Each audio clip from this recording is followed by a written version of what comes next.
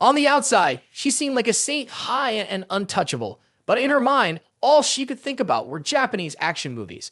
On top of that, she had a thing for certain positions in a puzzle game. Turns out the main guy had traveled to another world and become Lucifer.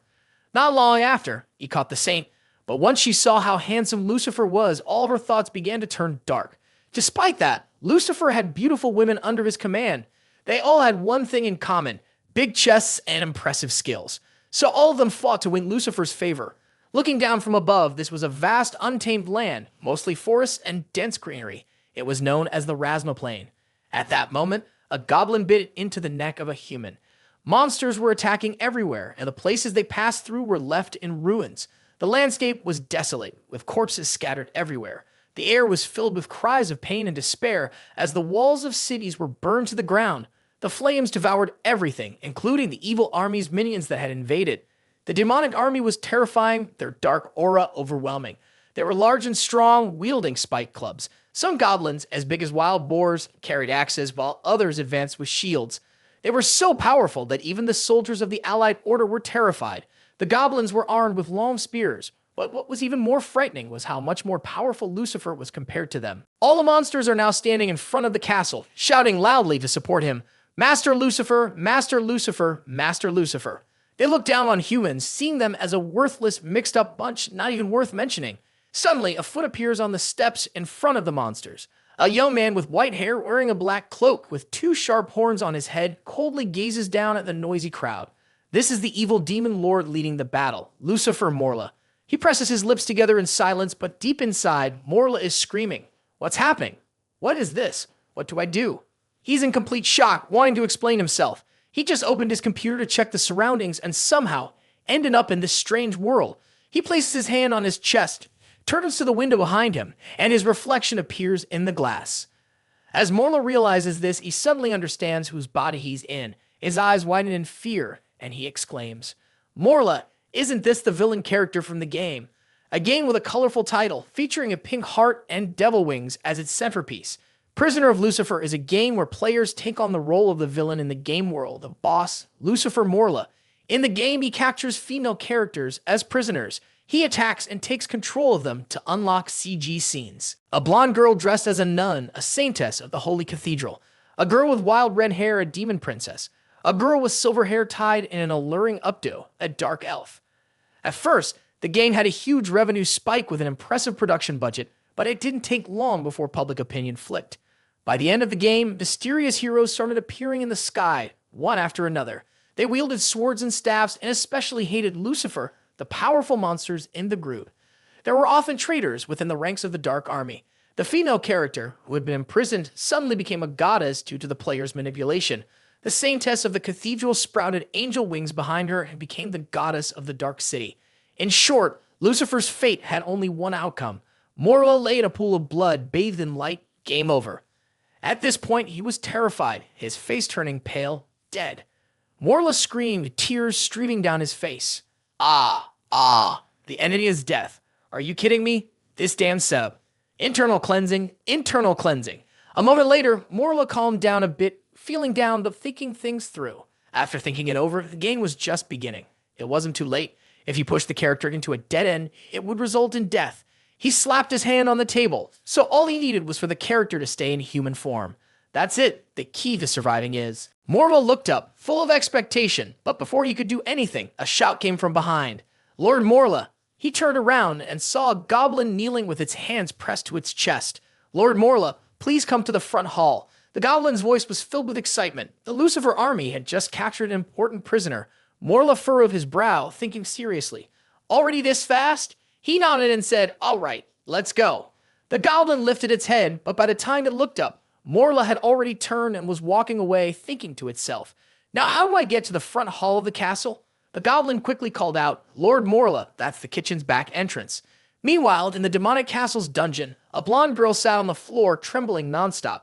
Her hands were bound tightly behind her with rope, forcing her into a kneeling position. She wore a nun's outfit and upon seeing the monster approach, shouted, Demon, I will never submit. Earlier at the church's sanctuary, all the followers had gathered before the statue of Christ. The nuns at the front were quietly sobbing, one of them wiping away tears with a handkerchief. They were shocked to hear that the golden gemstone of the Holy Church's Saintess had willingly gone into danger. It was incredibly moving. A nun nearby also shed tears, folding her hands in prayer. Lord, please protect the great lady. At the top of the steps, the Saintess folded her hands and looked up with a respectful expression. The space around her seemed to be filled with noble golden roses. The saint, the high devotee Polly, used the name of the Saintess to disguise herself as a prisoner and sneak into Lucifer's army. She had disguised herself as a prisoner to infiltrate Lucifer's forces. She opened her eyes, her gaze sharp, swearing to take back the golden scepter that the demons had stolen, no matter how much they mocked her body. Right now, two fully grown goblins appeared in front of Polly. They grinned wickedly. Polly was determined and silently vowed that she would not be swayed. Polly shouted, "Hey, you perverts!" A pair of black heels entered and someone laughed softly. "Ha ha! No wonder you're the golden gem of the church." The two goblins stood beside her, placing their hands on their chests and bowing. "Lady Flem, vice priestess of the Lucifer Dark Elves," she said. Flem flicked the black whip in her hand mockingly. Even in this dungeon, she radiated a dazzling light. "The Saintess, young lady." Polly gasped in surprise. "Dark elf," she scoffed. "Perverted demon." Flem stepped closer, staring directly into Polly's face. Polly steeled herself and met her gaze. "Use every trick you have. I won't bow down to you." The two circled each other, and with a thud, they clashed. Flem raised Polly's chin with the whip and seemed to take great pleasure in it. "I really enjoy how stubborn you are, Saintess," she said with a smirk. "I hope you stay as defiant as you are now." After that, Flem turned away, sighing and expressing, "Though I wish I could say it like this, unfortunately." A flash of purple lightning danced in Flem's hand. "Congratulations. The one you must submit to is not me." She set up a magic circle that emitted a purple light beneath their feet. The teleportation spell activated, and she added, "But the true master of this Lucifer army is none other than His Excellency, the Supreme Emperor, the great Lucifer, Lord Morla." The next second, the purple light flared, and the two of them were standing in front of a large door. Polly was stunned. Lucifer. Is Lucifer behind this door?" she stammered, slightly trembling.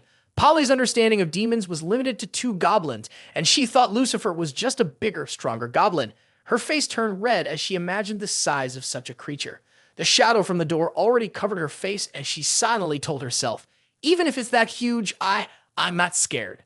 The large door creaked open, and Flem stepped inside first, with Polly following behind. Sitting above them, Morla rested his chin in his hand and smirked slightly. When Flem saw him, he immediately knelt down. "Lord Morla, I brought the Saintess, Polly." Polly stood still, staring at the figure sitting above them. When she saw Morla, she was shocked. "Huh? Is this really Lucifer, the terrifying one who's called the White Beast?" She gazed at him, dazed. He didn't look anything like the description in the books. How could he have such an extraordinary presence? And was he actually handsome? Realizing what she had just thought, Polly quickly shook her head. No, what am I thinking? I must be spellbound. Focus, Polly." She looked up at Morla, puffing her cheeks in anger. In his eyes, Polly was standing below, tied up by a rope, glaring at him with a look full of hatred, yet still exuding a kind of beauty. He thought to himself, is she really the Saintess Polly, the so-called Golden Gem? Oh my god, she's such a letdown compared to the character sketch in the game. Internally, he wiped the blood from his nose with a handkerchief, silently telling himself, no, that's not right. What am I thinking? This is all just an illusion. Morla considered the possibility that she might be turning divine and tried to reassure himself. This Saintess isn't some defenseless bunny. She's one of the most likely characters in the game to fall to darkness. As soon as she becomes depraved or dies, she'll immediately ascend to divinity, turning into a six-winged celestial being, leveling up into a demonic goddess. He scratched his cheek awkwardly and thought, I guess I should try to give her some room. Ha ha. Then Polly, standing below, raised her head and shouted, no need to pretend anymore. Let your true nature show, Lucifer. She thought about the time she was lying on a bed, surrounded by strange, colorful medicine bottles. Whether it was the pink liquid that made her body feel odd or the magical structure altering her thoughts, she was certain that none of it worked on her. Shouting to stop meant I lose. No, if I don't shout quickly enough, that's me losing too. Morla smiled warmly and explained to the girl, who was standing with her arms crossed in front of her, Lady Saint, please calm down. Actually, the things you're talking about are with me. Flem pushed up her glasses, her eyes sparkling with curiosity. Would you like me to have my subordinates look into these things, my lord? In her mind, she quickly ran through countless chemical, mathematical, and biological formulas. Mind control drugs were easy to study, and I already have dozens of formulas just for the basic ones. As for the magic that alters thoughts, One of my subordinates is studying that, and if we wanted to research and develop it further, it wouldn't take much time. Morla, clearly frustrated, gestured for her to stop. Phlegm, no need to keep talking. We don't need any of that. Hearing this, Polly's face turned red. No need for all that, she said, tightening her legs together. Does that mean you want to use it on me instead? She imagined herself with dog ears on, sticking out her tongue and raising her head. She called out, Lord Morla Mayo, the mission has changed. Polly hugged her chest and screamed, No, I won't be able to serve the great divine lord like this. Morla, standing off to the side, felt speechless. What in the world is going through this saint's head? Phlegm gritted her teeth and cracked the whip in her hand. Disrespectful, she thought in shock. This is bad. Without saying another word, Phlegm swung the black whip toward Polly and scolded, How dare you act so arrogantly in front of His Majesty the Emperor? Polly shut her eyes tightly and screamed, Ah, ah. The whip was caught by a hand, and after waiting for what felt like an eternity, her body still didn't feel any pain. She cracked her eyes open to look. Huh? She gasped in surprise. She saw Morla standing right in front of her, serious as ever. Phlegm stopped, she stammered, still taken aback. Lord Morla, Polly called out. On the outside, he appeared calm, but inside, he was starting to panic. This is bad, too sudden. I acted too rashly. Stepping in to protect the enemy like this is way too obvious. It's bound to raise suspicions. Phlegm is Lucifer's most loyal subordinate. If she finds out, I've switched sides. Phlegm, kneeling on the ground, looked up with a worried expression. This is bad. I've overstepped. If this goes on, Lord Morla is definitely going to dislike me, right? Lord Morla is everything to me. If he hates me, both of them felt anxious inside. It's too scary, Phlegm muttered, uneasy. Ah, Lord Morla, is there a problem? She asked, trying to sound casual. Morla, sweating, glanced over at Polly behind her, causing Polly to raise an eyebrow in confusion. Ah, no, he thought to himself. As Lucifer, I'm supposed to interrogate the Saintess. If I don't do anything, it would look too weird, but I can't hit her or yell at her. How should I punish her? He suddenly had an idea and looked at Polly's chest. I have a plan. Clearing his throat, he turned to Phlegm and said, As for punishing her, I'll handle it myself. Phlegm, take her back to her room. Phlegm, confused, tilted his head. Room? Polly, blushing, shouted, Room. Lucifer is personally involved. She couldn't help but picture herself lying on the bed, legs up. So he still wants to make a move on me, huh? At the Devil's Castle's bathing area, Phlegm stood with her arms crossed, leaning against a large pillar. Unable to hold back, she sneered, remembering how Polly had yelled, Room! So he still wants to make a move on me, huh? Phlegm's eyes narrowed in frustration as she thought, the Saintess, this lowly human, as a prisoner, how dare she think about Lord Morla? It's just a fantasy, even if someone needs to warm his bed. Phlegm clenched her fists. It has to be me. She tilted her head, lost in thought. But Lord Morla. Meanwhile, Polly, soaking in the bath, wondered to herself, what exactly does Lucifer want to do? The steam rose, hiding her smooth, pale skin. Polly stretched out her hand to wash herself, and before heading back to her room, she made sure to bathe her first. Was the delay meant to increase her fear, or did she just feel like soaking in the water long enough?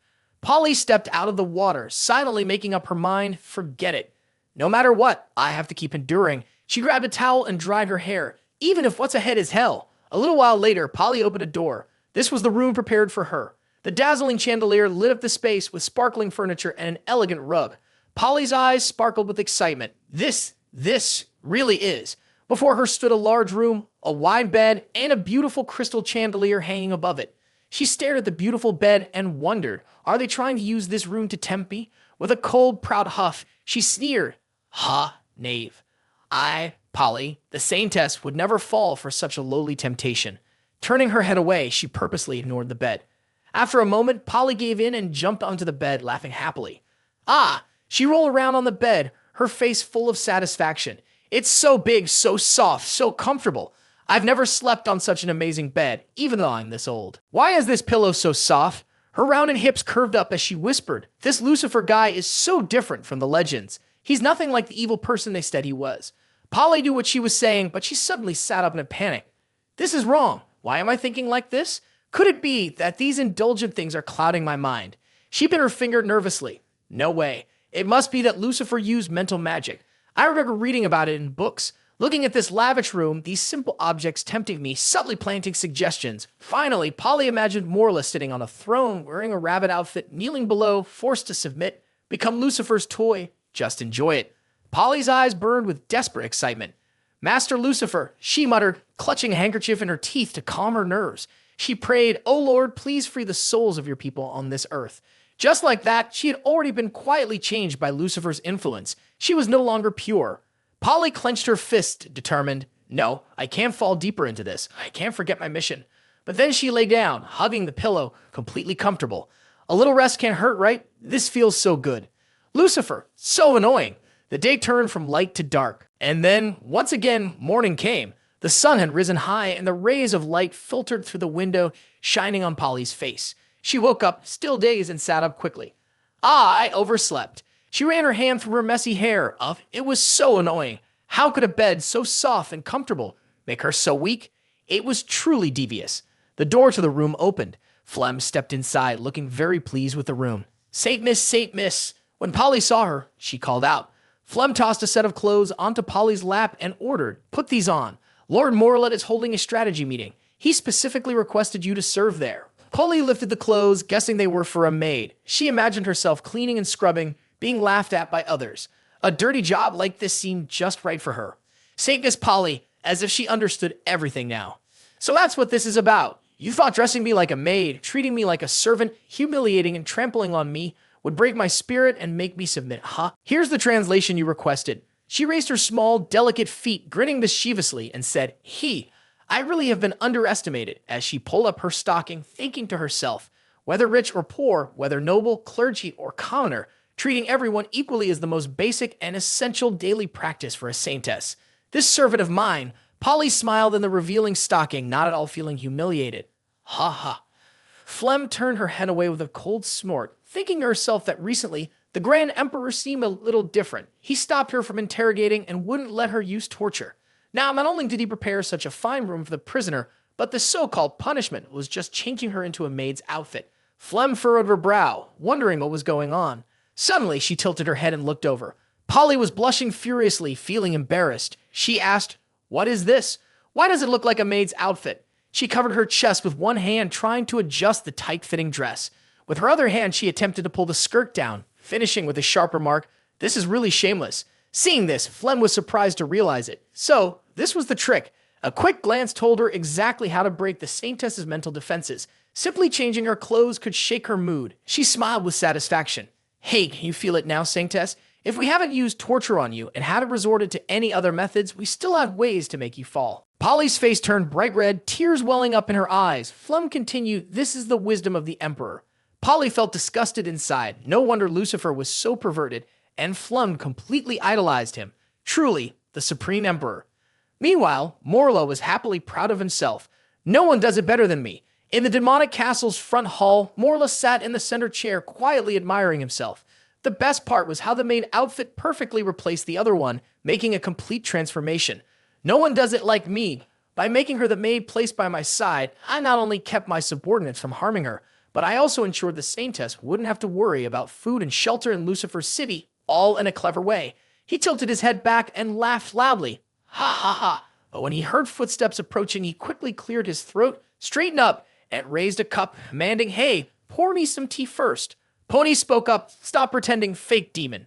Morla was confused and looked up at her, immediately blushing. She was still trying to cover up the short skirt she was wearing, clearly disgusted. "You really chose a place like this. I didn't expect you to have this kind of taste." "Well, whatever, just come over here, put your hands on the table, and stick your hips out." "Aren't you the one who wanted this?" Polly turned her back to the stove. The door swung open, and Demon Fly Bradley calmly walked in. "Lord Lucifer, my apologies for being late," he said, noticing the embarrassed stance of the two people in front of him, Morla and Polly, their faces bright red. Bradley wiped the sweat from his brow, then turned back to the door and politely closed it. "Sorry, I actually arrived a bit early." Morla was mortified, practically wanting to die, and shouted, "Come back. You arrived at just the right time." Polly, blushing, scowled and said, "You want others to see this? You pervert." He could only grumble and yell, "Can you stop for a minute?" The door opened again. Flem walked in, holding a roll-up letter. "Lord Morla, the latest military map has been completed." Upon hearing this, Morla snapped his fingers. Flanking him on either side were two women, Polly and Flem. Morla made up his mind and declared, "The official strategy meeting will begin now. Lord Bradley, please take a seat." Bradley replied with a simple yes, sat down at the table, and began discussing the report with him. Lord Lucifer, the 4th Legion, has breached the southwestern defensive line. The 5th Legion is closely following, and the 6th Legion is in a standoff at the northwestern front. Defensive fortifications have been set up. The joint forces' coordination with the fortresses is proving difficult, causing significant complications for our attack on the Hell Shift operation. Its scale is still expanding.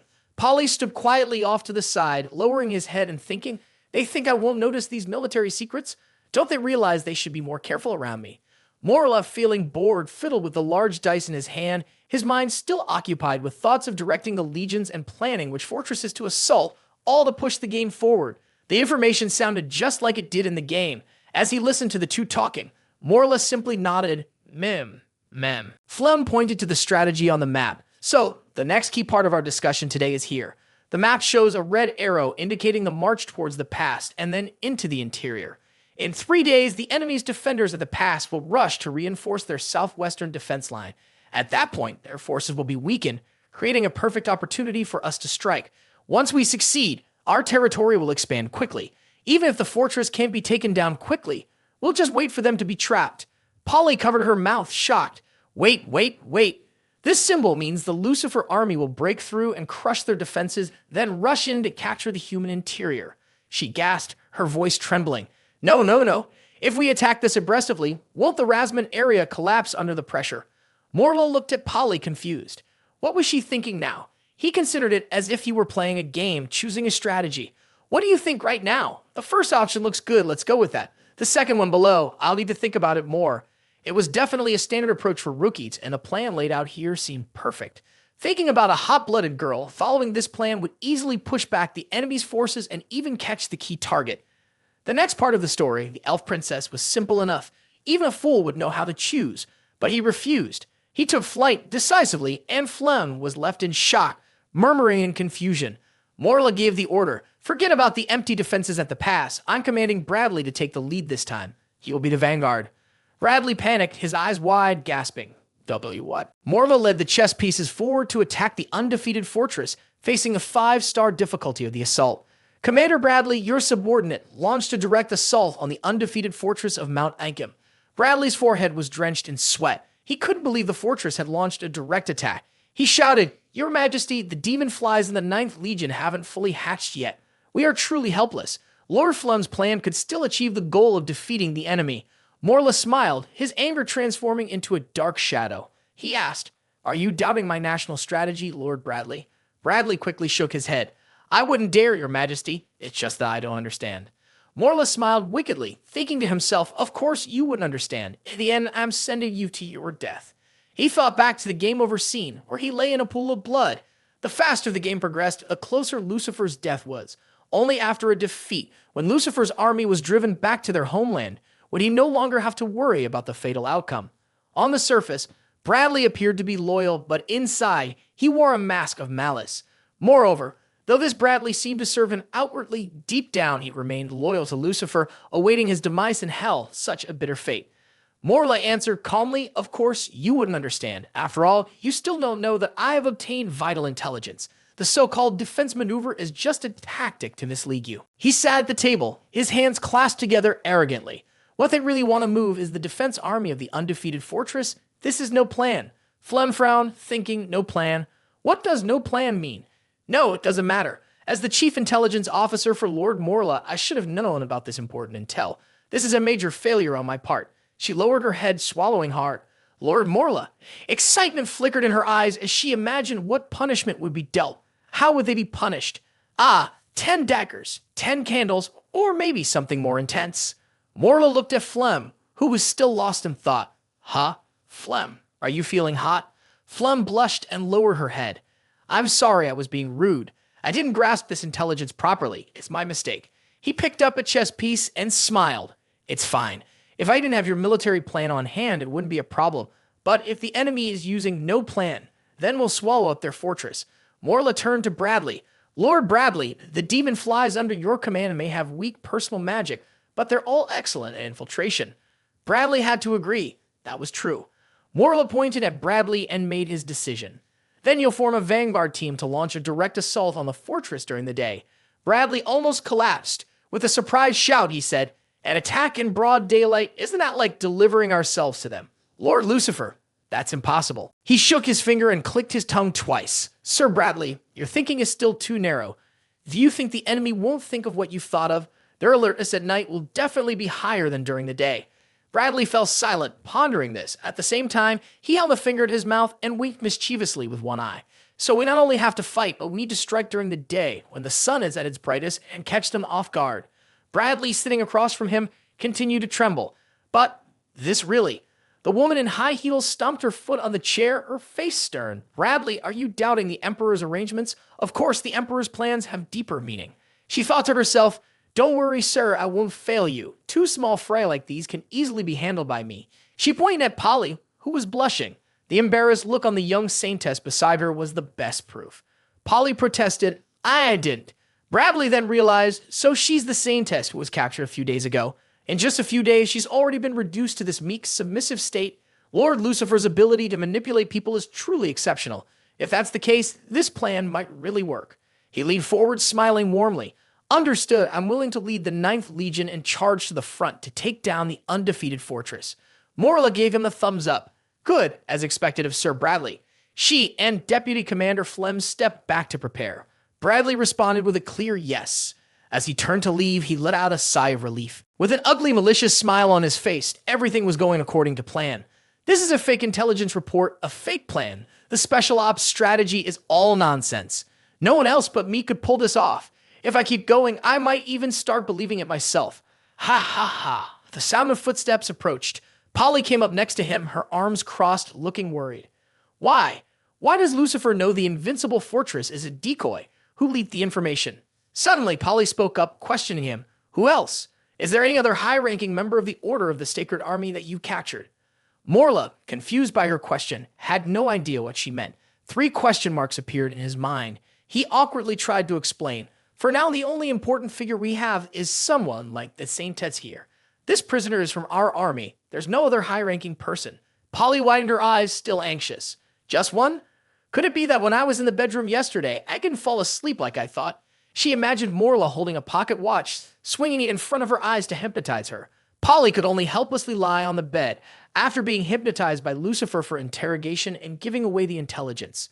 Polly's hand slammed down onto the table, her body trembling uncontrollably.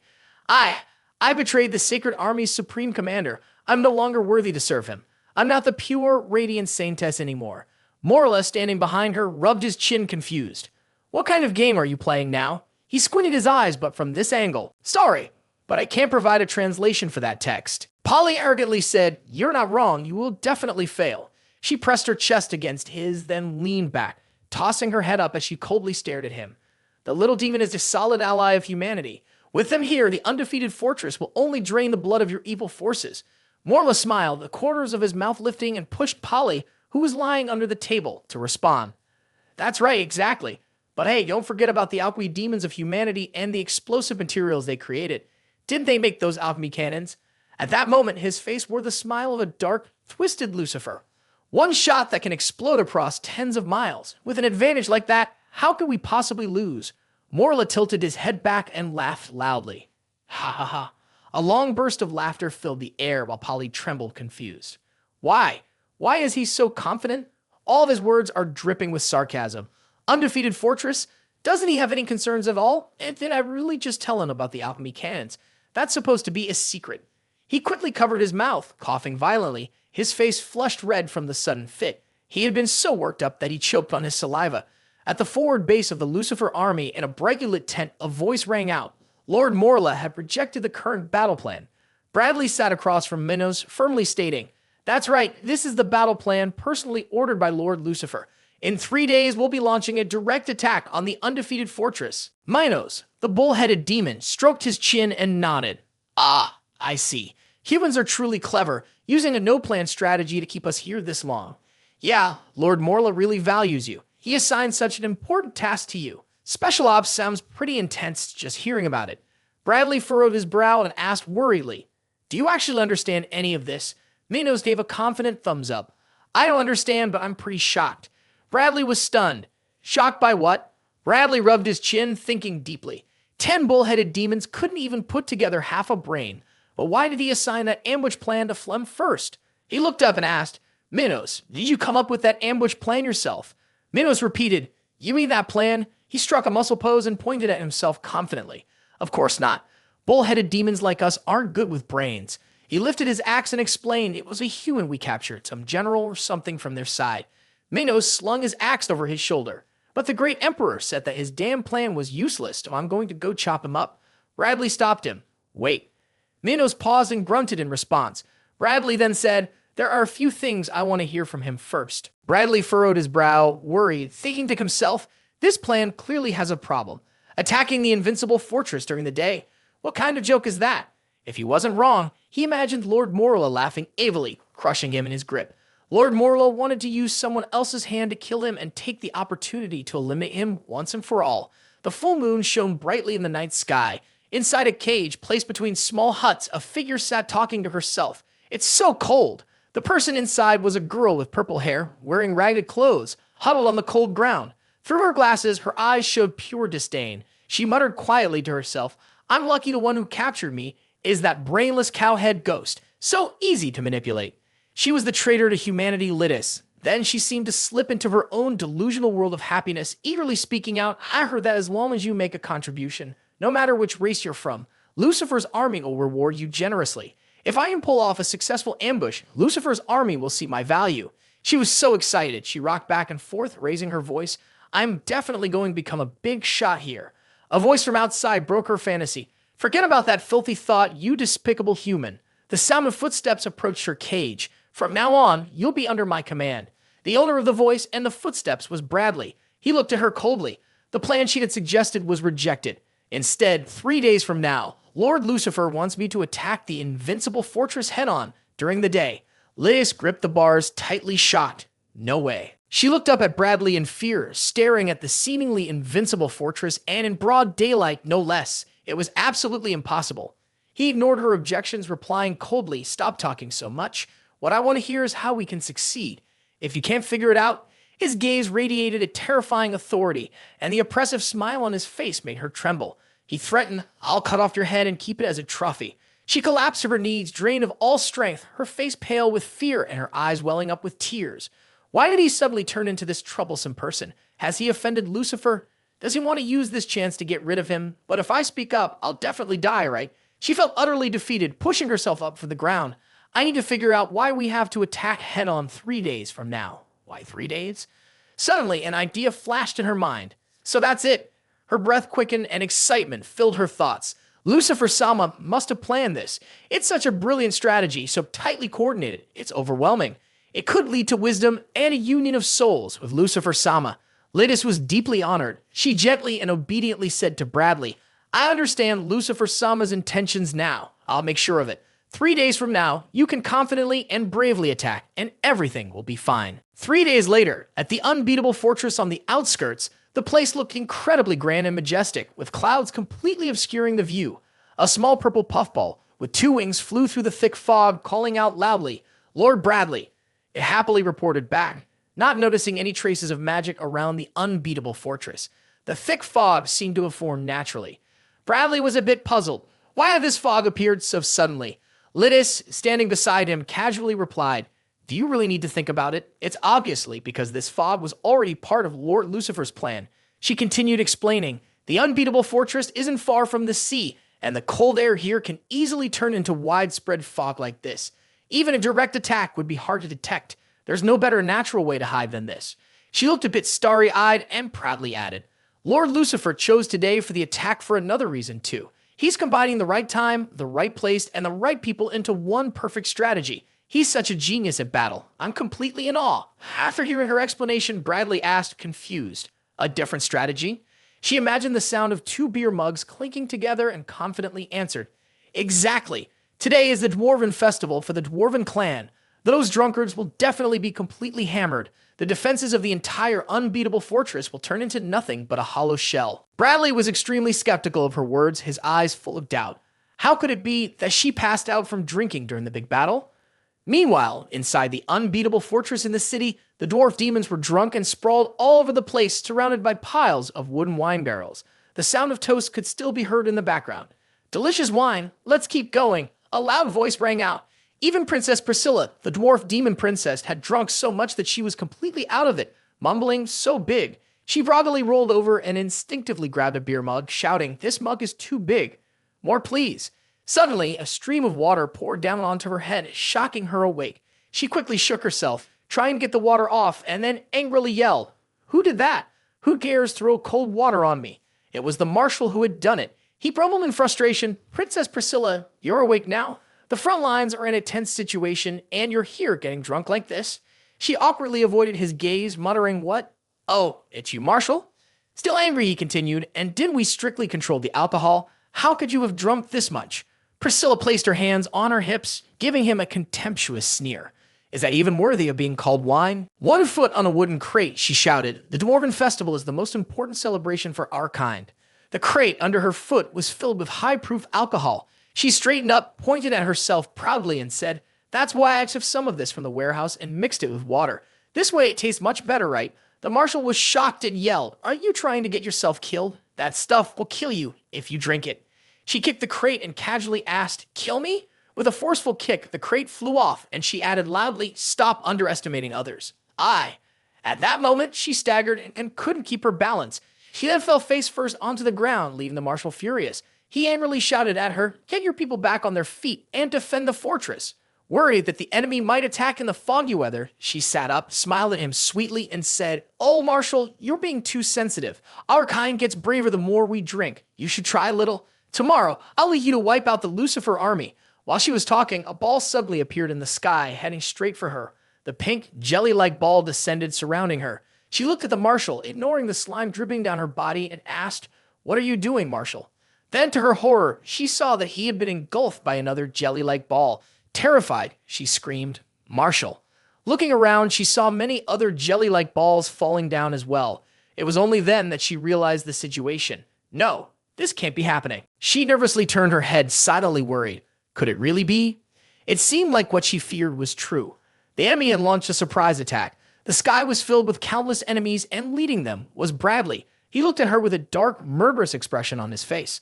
Unbelievable. Lord Lucifer was right after all. Attacking this place head-on really is too easy.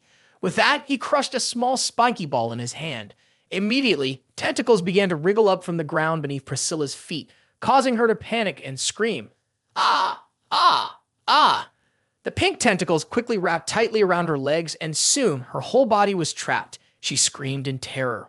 No, please no. Sunlight shone down on the magnificent, towering castle. A young man, leisurely holding a steaming cup of water, was preparing to take a sip. Morla, sipping on a cup of coffee, was quietly observing. This world had coffee, and it didn't taste bad at all. He wondered what dessert would be like. Meanwhile, Polly, standing beside him, stared at him in confusion. She couldn't understand why Lucifer, holding a knife, was about to cut a cake on the table. Today was the day of the attack on the invincible fortress, yet he was casually sitting there, eating sweets, without a care for the ongoing battle. Did he not worry about the situation at all? Looking at the beautifully cut pieces of cake arranged on plates on the table, she felt annoyed and thought to herself, "Eating sweets right in front of me." Her eyes didn't leave the delicious-looking cake with the strawberries on top, and she couldn't stop overthinking. No doubt about it to him. Razma is just like this cake, something that can be casually divided or dismissed, and strawberries on top. That's his way of telling me he sees me as an invincible fortress, right? At that moment, he finally noticed the intense look in her eyes. Without thinking much, he casually offered her the plate of cake and cheerfully asked, "Would the saintly young lady like to join me?" His sudden question caught her off guard. Instinctively, she asked back, "Huh?" Then, feeling a little embarrassed, she quickly came up with an excuse to refuse. "Does this cake contain some kind of powder that could make someone faint, or a potion that would make someone lose themselves? What exactly are you planning?" He was momentarily speechless at her barrage of questions and could only respond vaguely. "No, nothing like that." She ignored his response, her eyes still fixed on the tempting cake. She pretended to scoff. "You think a piece of cake is enough to bribe me? You really think too little of me." By then, a piece of the cake had already been taken. She happily finished a third of the cake, though her mind was still in turmoil. Not eating it would be a waste, and after all, it was the enemy's portion. So in a way, it felt like using a clever tactic to handle the situation. She took another bite, savoring it. The flavor was so delicious, it made her whole body feel excited. Oh, this taste, the smooth, cloud-like cream combined with fresh, juicy strawberries. The sweetness is exquisite and subtly tingles the tip of the tongue. I can't keep going like this. I'll really get addicted. Morla sipped his coffee, enjoying her reaction. He said, "You don't need to worry," but his body was being completely honest. He didn't care about the manners as long as the food was good. No need to be polite. At that moment, she suddenly remembered the important matter and asked him, "Aren't you worried about the invincible fortress?" He casually replied, "The invincible fortress? Why should I worry about that?" She explained seriously, "That's where your legion is launching an attack. The invincible fortress has been standing for thousands of years as solid as stone. Your demons will definitely crack their heads open trying to breach it. It'll cost you soldiers." He remained unfazed and asked, "So, why worry, Lady Saint?" She was confused. "Ha." Seeing her bewildered expression, he just smiled and said, "The defense of the invincible fortress. Do you think even my 9th Legion couldn't break through?" He stood up leisurely. Even if something went wrong, the fortress's alchemical cannons weren't just for decoration. He walked to the window, holding his coffee cup, and reassured her, "Just wait quietly, Lady Saint." Looking out at the sunlight streaming in, he continued, "Today we'll definitely hear news that will excite both of us." At that moment, a hurried figure rushed in to report. Lord Morla. It was Flem. She bowed respectfully and said, "The frontline battle report is here."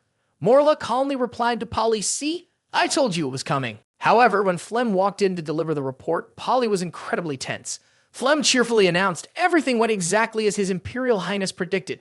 The invincible fortress turned out to be just a hollow shell. Today, a sudden fog appeared on the battlefield, perfectly concealing Bradley's frontal assault. On top of that, all the dwarves were completely drunk because of the Dwarven Festival. The Lucifer army barely faced any resistance. Upon hearing this, Polly was so stunned that she forgot how to react, and the cream on the corner of her mouth fell onto her clothes without her noticing. Flem continued proudly, "Under your wise leadership and command, the invincible fortress was captured by our forces in less than half a day." At that moment, she looked at his silent back, secretly admiring him. His posture was so dignified.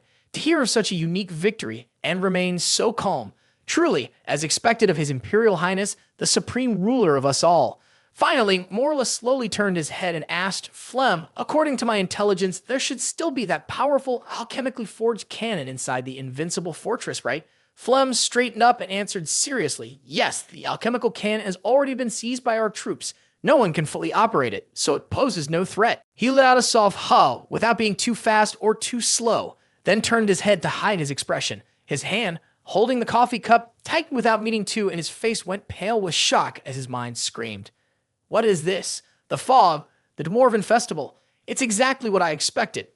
What is this? This isn't what I wanted to hear."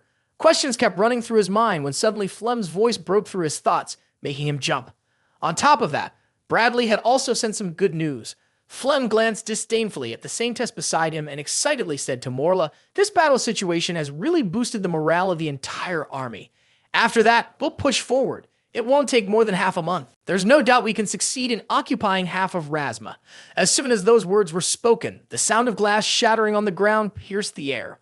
Polly's plate of food fell and broke into pieces. Her arms dropped weakly to her sides as she collapsed in shock, kneeling to the floor.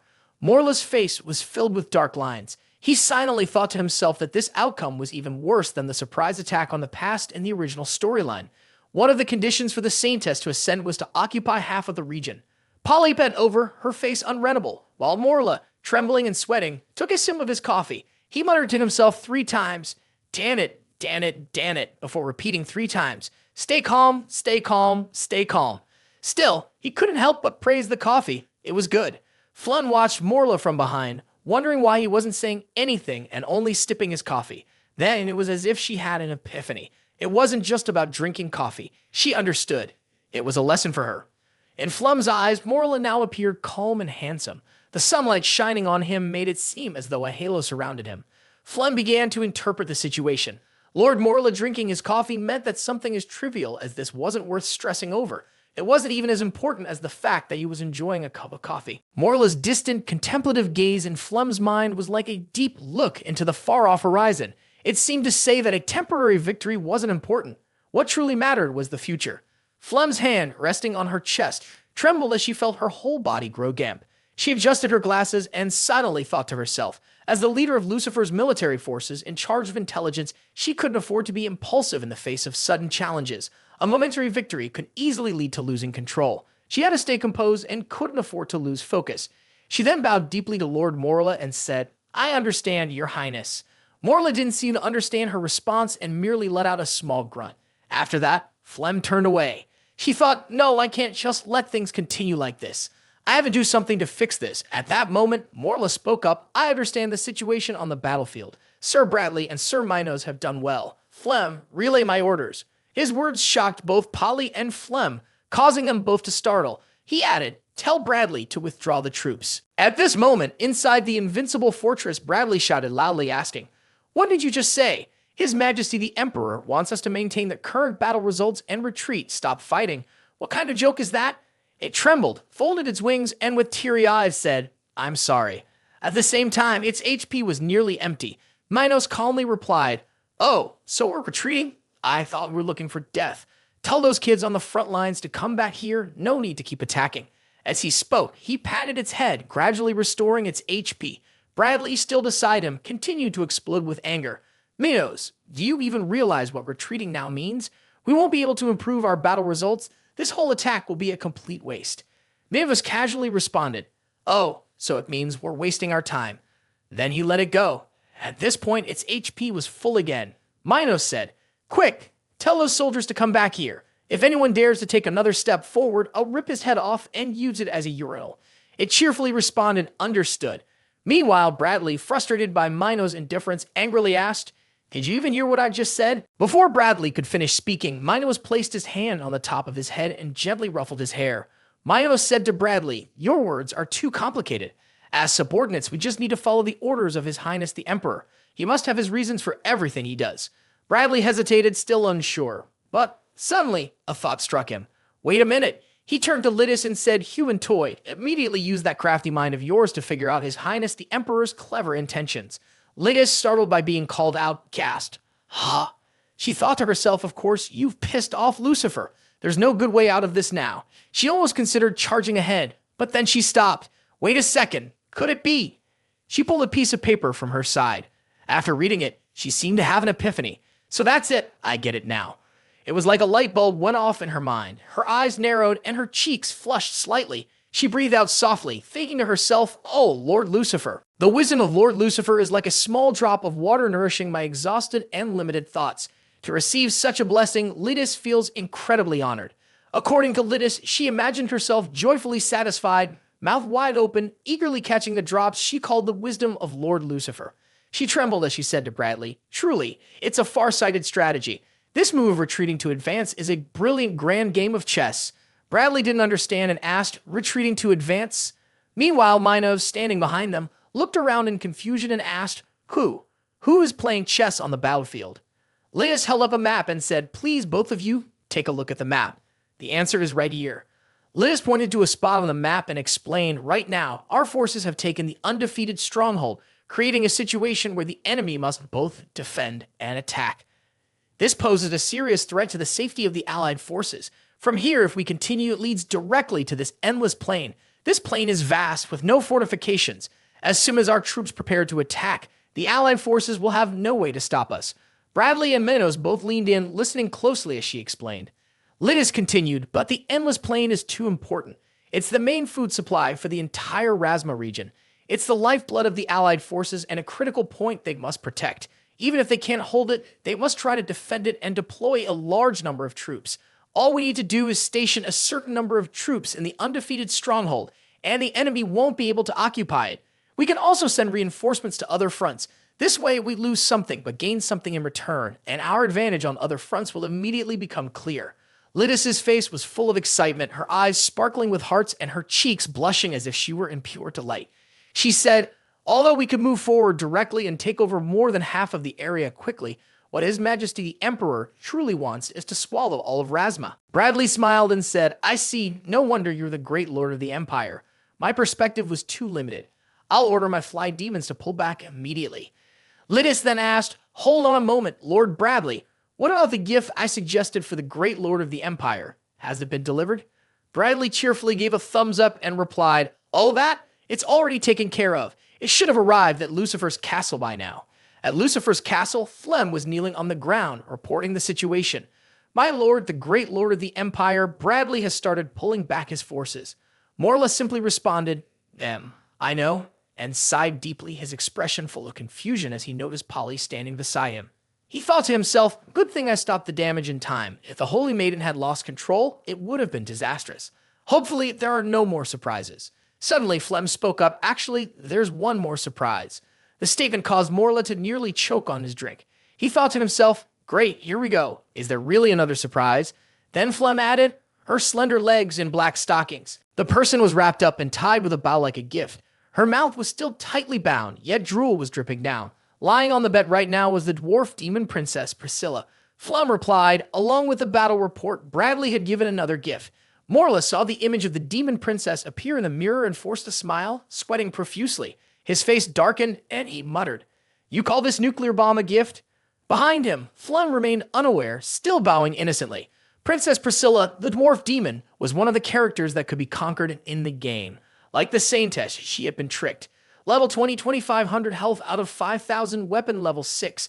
If Priscilla died, completely fell from grace, or if half of the Rasma region was taken by the player, she would immediately transform into a deity and tear apart into Lucifer. The image of Priscilla in her divine form flashed through Morla's mind. From a young girl with pink hair and a white dress, she became a powerful being radiating with a divine aura. Morla's face showed horror, sweat pouring down his face. He wondered, isn't she just a character who's captured in the game? The progress was moving even faster than expected. Just then, Flem straightened up and reported, Your Excellency, I will interrogate Priscilla at the fastest speed possible. I will definitely extract useful information from her. She licked her lips with an excited look on her face. Flem said the little demon's personality is both terrible and stubborn. I've been wanting to experience it for a while. Polly clenched her fist in anger when she heard this. She frowned, thinking to herself, has Princess Priscilla really been captured too? When Lucifer said they were pulling back, she still had doubts, thinking it was fake news meant to deceive her. But if Priscilla was brought here, then it couldn't possibly be a lie. Polly turned away, not wanting to look at Lord Morla, and tears began to fall. She covered her mouth to muffle her sobs, silently thinking, this is just too sad. To think that someone could fall into the hands of this wicked spirit woman. What could possibly happen next? In her mind, she saw an image of Priscilla, tied up in midair, about to endure torture at Flem's hands. The surrounding space was filled with strange, twisted torture devices. Polly's heart sank again as she thought, Princess Priscilla is so strong and unyielding, and this evil woman is going to interrogate her using such cruel methods. The story of their struggle. Suddenly, Lord Morla's voice cut through Polly's endless thoughts. He said, no need. Morla turned around and spoke to Flem. That little demon princess is still under my personal interrogation. This surprised Flem, and she quickly bent forward, saying, yes, Your Excellency. Flem was sweating, thinking to herself, I'm a top intelligence officer. If I don't get any important information from this invincible fortress, it'll be a huge failure on my part. The more Flem thought about it, the more he shook uncontrollably. But now, Lord Morla wanted to take over my interrogation. In Flem's mind, he pictured a scenario where Morla, with an annoyed and disappointed look on his face, said to her, even pulling a sew out of its pen and sitting it on a chair would be a better job than yours. This thought broke Flem. The sew that had been called out turned around and looked back, clearly confused. Lord Morla, unaware of what was going on in Flem's mind, didn't notice how violently the dark spirit in front of him was trembling. He simply waved his hand dismissively, signaling for Flem to leave. Ah, Flem, if there's nothing else, you can go. When Flem still didn't move, Morla called out again, Flem, Sir Flem, Flem. It wasn't until the third time that Flem finally snapped to attention and replied, ah, yes. Flem staggered off, muttering to himself, so, I got it. Minos, confused, asked, so. Meanwhile, Priscilla was kneeling on the bed, her bottom raised high. Her body was tightly bound like a bundle, and her mouth was making muffled groans. Inside her mind, she was thinking of, they're using magic that can't be broken, and these ropes are so tight. The more I struggle, the tighter they get. Before her thoughts had even finished, Priscilla's eyes widened, her neck tilted back, and the restraints on her body tightened. Sweat soaked her entire body, and tears streamed down her face as she thought, damn it, the alchemical cannon hasn't been moved yet. That damn demon attacking right during the Dwarven Festival. I should have known. Tears of regret rolled down Priscilla's cheeks. She thought to herself, if I'd known, I wouldn't have drunk that high-proof liquor mixed with water. Well, maybe not. I still would have drunk it. Suddenly, voices from outside caught Priscilla's attention. Hey, have you heard? One voice said. This time, taking down the invincible fortress was all part of His Imperial Majesty's plan. From over 1,000 miles away, His Imperial Majesty had full knowledge of the enemy's movements, which is why he was able to come up with a strategy like this. The other voice continued, I also heard that the secret of the invincible fortress being a decoy came from a high-ranking traitor within the Allied forces. It was the maid who served His Imperial Majesty. Wasn't she once the Saintess of humanity? Priscilla thought to herself, the Saintess of humanity, Polly. According to the news, she was indeed captured, but Polly was the Saintess of the Holy Church. Why would she betray the Allied forces? Suddenly, the door to the room opened and a voice shouted, We welcome Lord Lucifer. Morla entered, holding his head high, with Polly following behind him. Priscilla silently wondered if this man was really Lucifer. Seeing the blonde-haired, blue-eyed woman frowning behind him, she gasped inwardly, Polly. Morla untied the gag from Priscilla's mouth, and she let out a couple of weak gasps. As soon as the seal was broken, Priscilla stood up, furiously glaring at Polly. What's going on with your outfit? Have you really joined the rebellion? Polly nervously covered her face, stammering, I. Morla seemed just as uncomfortable and stepped in to mediate. Priscilla was still fuming with anger. Princess Priscilla, I have a few things I'd like to ask you. I heard that the dwarf god tribe is a master in this field. Could your wisdom help me understand? Still bound and glaring, Priscilla snapped, keep dreaming. I know exactly what that bastard Lucifer is thinking. The princess of the dwarf demon tribe, kneeling with her back straight, finally spoke. Whether it's the secret of our dwarf demon tribe's gunpowder weapons or how to break the alchemic cannons, none of that can be solved. Before Priscilla could finish her sentence, the ropes tightened around her. They forced her to collapse, and she let out a soft groan. Morla watched Priscilla trembling on the bed, speechless. She could only think to herself, who replaced her with this toy? Priscilla, with tears welling up in her eyes, still tried to speak strongly. I will never be like those shameless women, the ones who have no shame, giving their thoughts to your evil race. I have nothing in common with them. Priscilla gazed in awe at the long stretch of wine barrels before her and whispered, It's so big, the winery is huge. Are you serious? The wisdom you're talking about isn't about fighting, it's about brewing beer. Priscilla asked, her eyes wide. Morla answered slowly, That's right. The Demon Lord, holding a massive beer mug, proudly introduced the craft of brewing alcohol is no simpler than forging weapons. For example, this black beer mug, you probably haven't heard of it before, little demons. Then Priscilla asked, curious, black beer, as expected of demons. Morla explained, this has nothing to do with demons. All you need to do is replace some of the barley malt with black barley. Want a taste? Morla frowned, thinking to herself, forging weapons for the Lucifer army? What a joke. Giving her an easy job, just like the female soldiers, so she can eat and drink well in Lucifer City, is definitely the best plan. Priscilla stared at her beer, drooling a little. Suddenly, she was startled and quickly backed away about 8 meters. You don't know that us short demons have always been the embodiment of pride, right? Nothing can make our kind bow down, she said with confidence. Then, out of nowhere, Priscilla changed her tone. She snatched the beer glass from the Demon King's hand. Well, what's more important than pride is that, as a proud short demon, I must expose the ridiculous, incomprehensible ways you demons brew beer. She stared at the dark beer in her hand, puzzled. Why did this beer smell so rich and fragrant? Priscilla took a sip and quickly drank it, spilling some outside the glass. Inside, she couldn't help but feel impressed.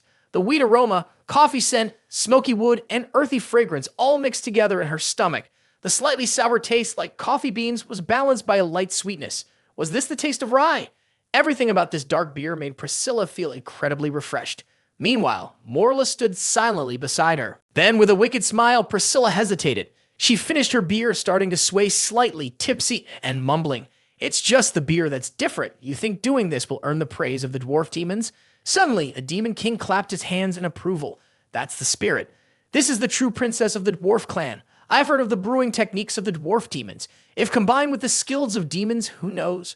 We might unlock even more mysteries of alcohol. The door opened and hundreds of demons stood outside awaiting orders. He commanded, come in. As long as she agrees, all the brewers and Lucifer's army at this distillery will follow Princess Priscilla's commands. She gaped in astonishment at the massive army before her. Priscilla, confused, pointed at herself and asked, I get to make the decisions for the entire distillery.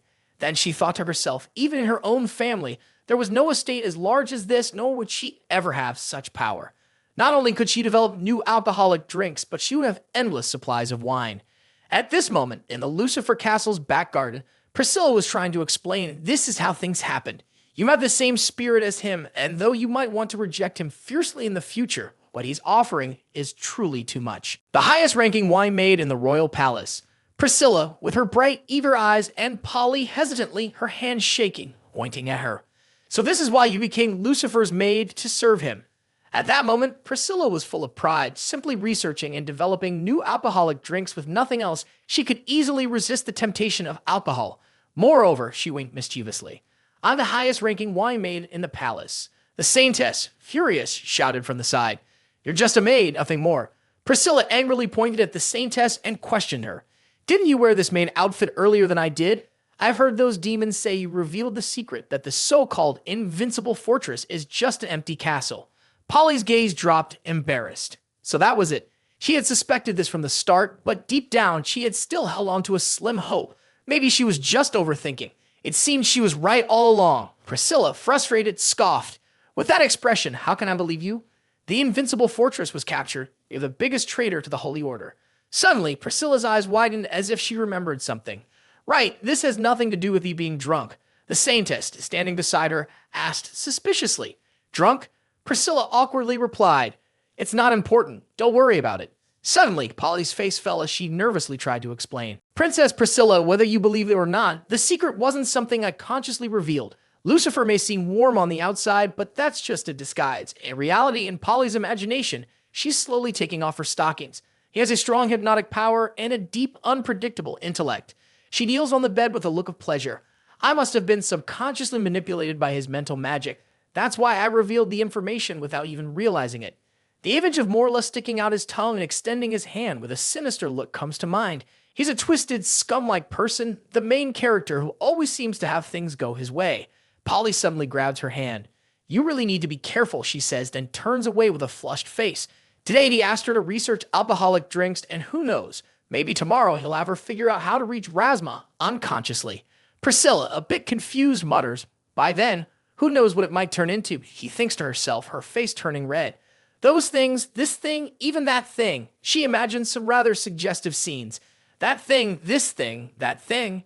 Polly keeps turning back and forth, muttering, that one, this one. Priscilla stands off to the side, quietly thinking what's going on in her head. But looking at her expression, it doesn't seem like she's lying. Even though she's in the Holy Church and her willpower is probably strong, Lucifer is still a demigod-level powerhouse. Priscilla, with a serious expression, thought for a moment, but then confidently placed her hands on her hips and said, Haha, of course I'm different from you. Do you really think it's just about brewing wine? Actually, I'm making Lucifer let his guard down. Polly, confused, asked, making Lucifer let his guard down. So, what is it you really want to do? Priscilla replied awkwardly. What's the point of this? Polly asked, grinning, alien Jin Pao, alchemy cannon. Exactly, it's the alchemy cannon.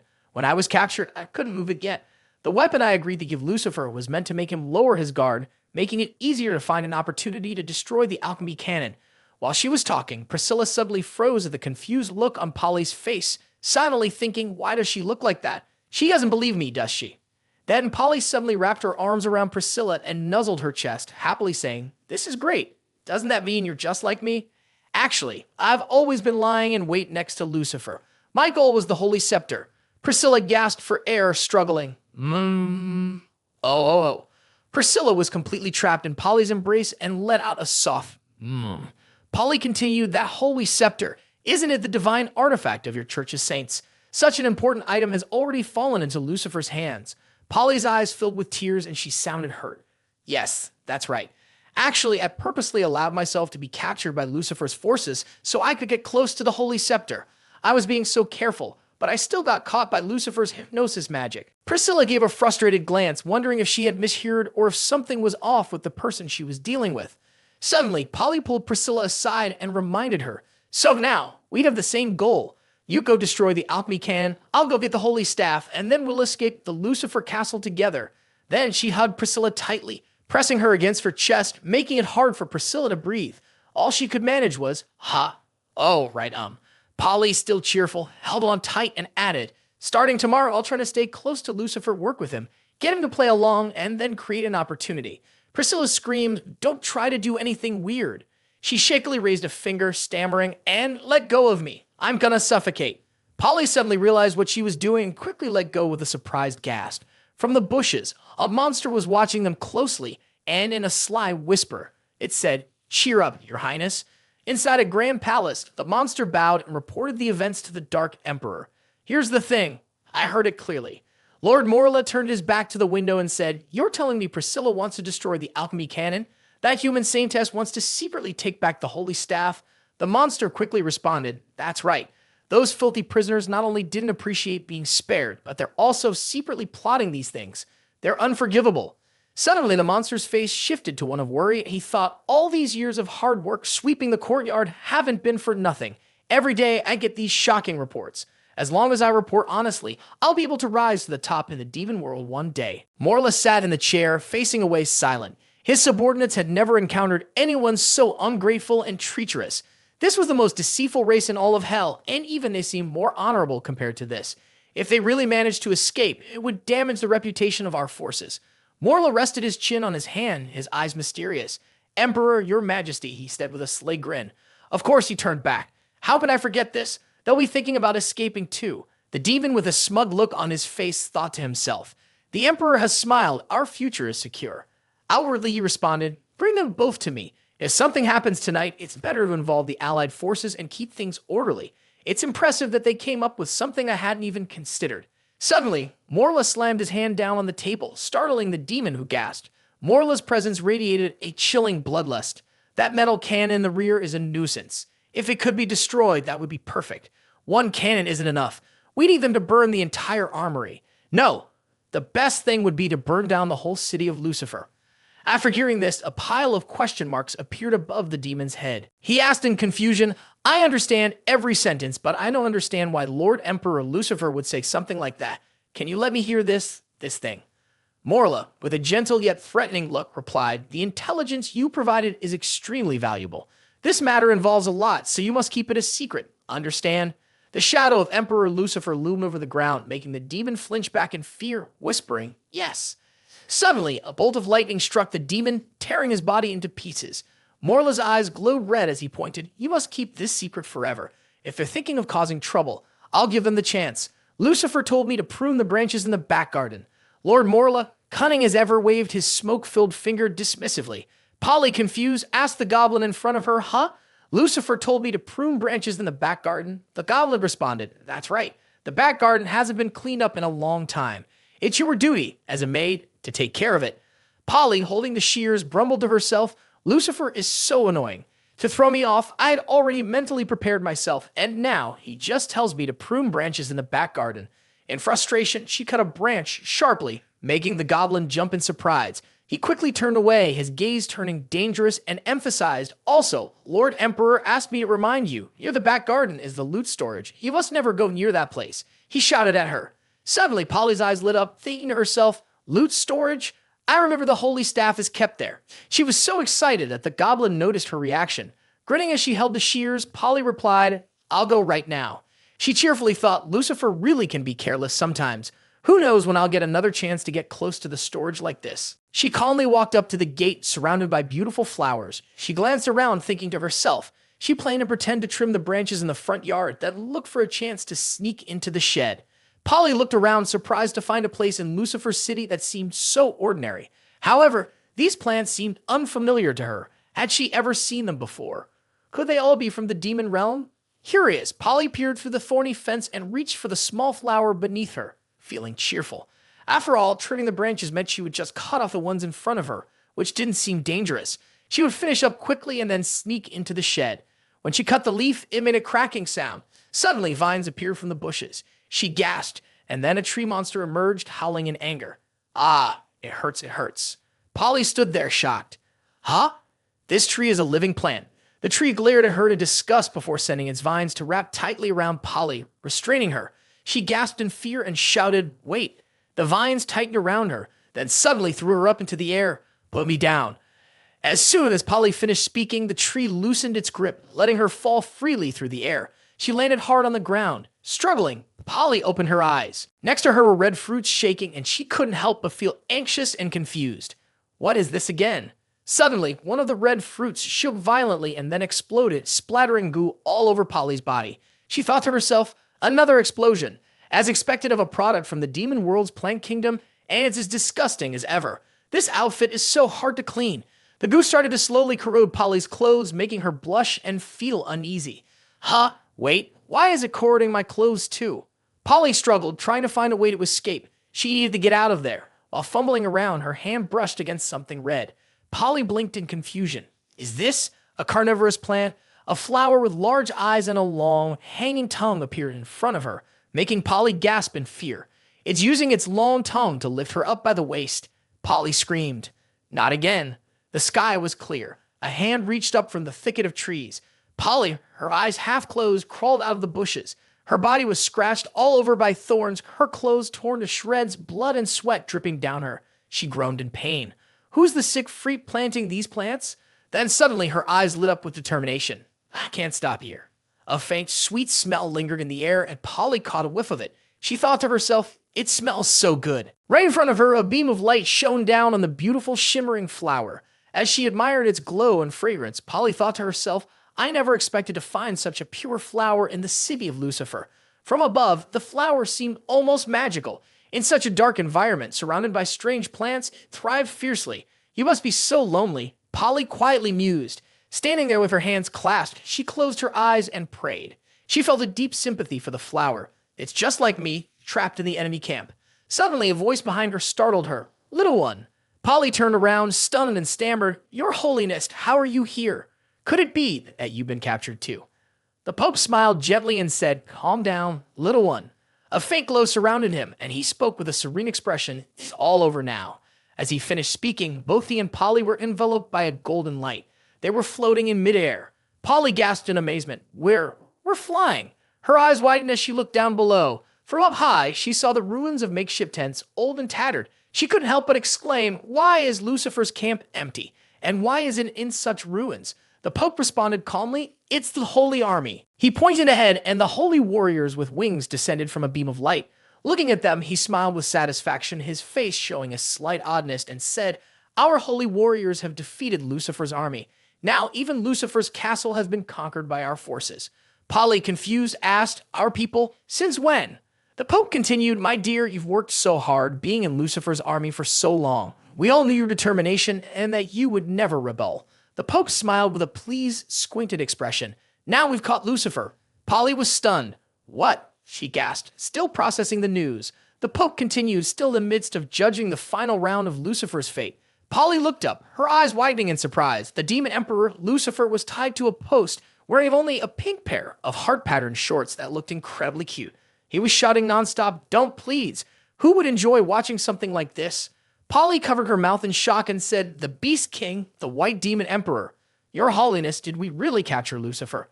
The Pope kindly replied, Of course we did, you silly child. Because of your clever ambush in Lucifer's army, we're handing Lucifer over to you to deal with. With that, the Pope handed her a whip. Polly was shocked. To me? The Pope smiled. Yes, to you.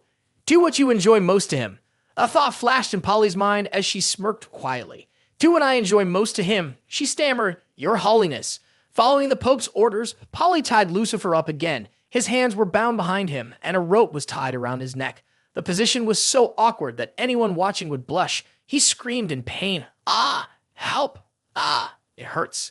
Lucifer's face turned red with shame, tears streaming from his eyes as he begged, Please let me go. No one would enjoy watching this scene. Ignoring his screams, Polly grabbed the whip and struck him. Pemph, scream all you want, scream all you want. The demon lord Lucifer could only helplessly endure the beating, suffering in silence.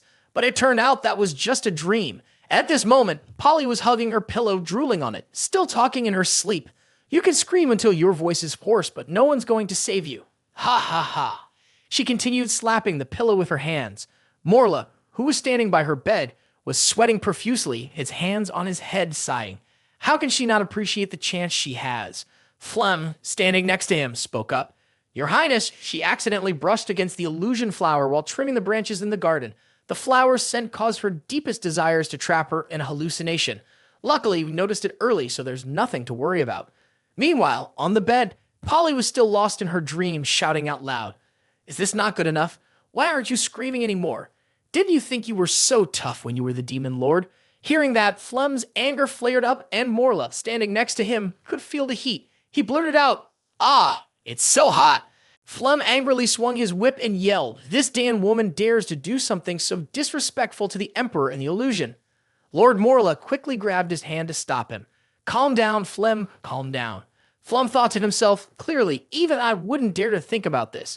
Polly, still lying on the bed, had her chest pressed against the pillow in a seductive pose, not sure what kind of position she was trying to make. She spoke, her voice low. "Not bad, not bad. It's exactly this expression. Begging for mercy is pointless. It's useless too." The pillow was buried in Polly's face, pressed between her alluring breasts. "Have you started to feel what it's like to be a man now?" Polly sobbed, tears flowing down her face. She cried out, holding Priscilla and burying her face in her chest. "I can't live anymore. I don't want to live anymore." Priscilla struggled helplessly. "Take it easy. Let's talk this through. If you keep this up, I'm the one who won't survive." After Polly explained what happened, Priscilla broke into a cold sweat. Could these illusions have appeared because she had some twisted feelings for that evil demon? Polly sat on the floor, confused. "But I never had any illusions about him." Priscilla thought to herself helplessly. But there's something else going on. What on earth is going on in her head? She stood with her hands on her hips, scolding Polly, "You've wasted such a great opportunity." But luckily, I have a new idea now. When it comes to escaping, nothing can stop our dwarf demon tribe. With that, she pulled something out from behind her, making Polly jump up in surprise. "When I went to the distillery today, I conveniently took something really useful." Priscilla lifted the object high, proudly showing off her find. "Tada, a mini shovel." Polly ignored Priscilla's words, still shaken inside as she clicked her tongue. "Scope, what do you come up with now?" In the yard, Polly, on the verge of tears, was ready to give up. "I can't take it anymore," she said, but Priscilla grabbed her by the collar and shouted to stop her. "Speak up if you're upset," Priscilla said, crossing her arms and lecturing Polly. "Huff, you foolish humans don't even realize how amazing this is. I calculated everything. The distance from our bedroom to the storage room is 2 kilometers, and to the weapons cache where the alchemical cannons are kept is 1 kilometer. We could dig a tunnel straight to the storage room, then dig another tunnel to the weapons cache." Priscilla had come up with a perfectly solid plan. She triumphantly raised the shovel high, and at that point, whether it was taking the holy staff or destroying the alchemical cannon, it didn't matter. Even entering and leaving Lucifer's city at will would be as easy as flipping a switch. When Priscilla finished speaking, Polly could only listen with wide eyes, though something didn't seem quite right. Priscilla's laughter echoed through the air and reached the Emperor of Lucifer's room. They didn't realize that every word and action of theirs was being watched. The Emperor of Lucifer burst out laughing. "Ha ha, I understand this logic. You managed to dig a 3-kilometer tunnel, but weren't you two the ones who were brainwashed while being escorted here? What's going on with all these weird brain patterns? One after another, they're all off." He silently wondered, feeling helpless. If you can dig a tunnel to the warehouse, then the Lucifer army would have already conquered half the continent. But now they still need some help. He called out, "Where are they?" His subordinates quickly ran off to deliver the message to Priscilla. When she heard, she was taken aback. "What? You want me to forge something? Didn't I already say this? I'm Priscilla, the princess of the dwarven race, a proud dwarf. I will never serve demons like you." She glanced back with a wink. Aside from the wine brewing, Polly on this side was teasing her, hoping she could keep her courage until the very end. "Your Highness, Princess, Lucifer has given orders. This is the command from His Imperial Highness. For today, you can set aside the brewing and instead head to the storage room to pick the materials you think are most suitable. Create a weapon that will satisfy His Imperial Highness." The two girls looked at each other after hearing that, both thinking the same thing. The storage room, Priscilla thought to herself, judging by what Polly had gone through before, this is definitely not as simple as it seems. Meanwhile, Polly was lost in thoughts about those embarrassing images and began to tear up. Priscilla wondered, "What are you thinking about now?" Priscilla let out a sigh. Oh my. In her head, she was thinking, an opportunity like this can't be missed. Whatever it is, I'm going for it. She walked towards the storage room, surprised. Huh? She opened the door. Without checking, she kept questioning things. "No attendants, no supervision. Can I just go in like this?" As she stepped inside, she muttered, "That annoying Lucifer. He's not trying to trick me into a storage room full of junk, is he?" Suddenly, something touched Priscilla, making her jump in surprise. "Huh?" She reached out to pick something up. "Why does this feel so familiar?" As soon as she spoke, it sprang to life, shooting out something black and white, causing her to stumble back in shock. "Huh?" The thing wrapped around her. Priscilla frowned, uncertain. Could this be a Lamia bone whip? Even if it's not properly crafted, it's still one of the best materials for a long whip. In that moment, the bone whip had coiled around her and hurled Priscilla into the air, tightening around her body until she could only let out a soft grunt. It slammed her back to the ground, and she screamed, "Why do I keep running into these kinds of restraints?" She looked ahead wide-eyed. Her eyes grew even bigger. A heartstone core digging up an entire mineral vein wouldn't guarantee finding such a precious gem. A magical natural material. Still bound by the bone whip, Priscilla lay motionless on the floor. At that moment, she finally looked around in awe. From the stone in her hand to the shimmering beauty of her surroundings, Priscilla was now fully stunned. Has the Lucifer army already taken over half the continent? She couldn't help but drool at the thought of all the priceless items, whispering to herself, I really want to join them. The admiration and longing were clearly visible on her face. Lying below, she thought about something and then laughed at herself in a silly way. Hee hee. I wonder if the holy staff is up there behind the distant cabinet. The gem on the holy staff reflected her silly smiling face. On top of a treasure chest, the holy staff was glowing intensely, making it so bright that Priscilla couldn't keep her eyes open and exclaimed, What is that? My eyes. The holy staff spoke, responding, If you can notice my existence, young lady of the dwarf demon tribe, it seems that this is the will of the gods allowing us to meet. Priscilla, her hands bound, was crouching under the treasure chest. After hearing the voice from above, she furrowed her brows and said, It would be strange if I didn't notice. Turn it off already. The holy staff replied, All right. Immediately after, the ropes binding Priscilla seemed to vanish as if by magic. She stood up, stunned, and sighed, Phew. Then she suddenly realized something was off and said, Could it be that you are the very holy staff that countless saints and even semi-divine powerhouses have used in legends? Priscilla then reached out, took hold of the holy staff, and solemnly said, By the will of Saintess Polly, I must now take you back. The holy staff responded, Indeed, that must be it. No wonder the gods arranged for us to meet, but I'm sure you're aware of the current situation, right? You wouldn't want the demon race to find out about me, would you? Then he continued, It's very unfortunate, but staying close to the person is the best way. Priscilla, confused, asked again, Unfortunate? The staff replied, Don't pay attention to those little details. In Lucifer's workshop, the goblins were hurriedly forging swords, the sound of hammering ringing out continuously. Outside the door, Priscilla watched quietly and thought to herself, The Lucifer guard's supervision is so loose. But not being checked is actually for the best. The longer it takes to get caught, the higher the chance of success for the plan. Then she opened the door, walked inside with a bright smile, and said, Lord Staff, according to Lucifer's arrangements, I still need to stay here. Priscilla began to take off her dress and put on the uniform of the sword team, saying, Now I need to act like a serious blacksmith. After it gets dark, I'll rest and secretly sneak you out. With that, she had already changed into the blacksmith's outfit and was ready to get to work. The staff could only see the outline of her figure. Priscilla gave a soft, and then added, It really is quite unfortunate. Hearing this, Priscilla, still confused, looked at the staff, her face darkening as she asked, What exactly are you talking about? After that, she examined the scepter for a moment, but where was she supposed to hide such a long scepter? After thinking for a while, she suddenly seemed to come up with an idea and said, Guide. She walked into Lucifer's workshop, looking around. Suddenly, the sound of high heels clicking echoed. The person who entered was Flem. She was holding a piece of paper, stopped, and loudly announced, Based on the shape and structure of this spear, forge 100 of them. The blacksmiths all cheered in unison. Priscilla, standing among the blacksmiths, was startled for a moment.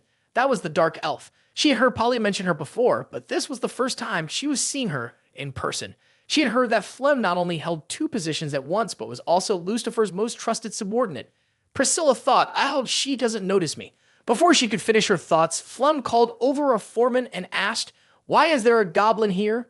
The foreman respectfully reported, Lady Flem, this is the princess of the goblin clan, captured as a prisoner by our forces.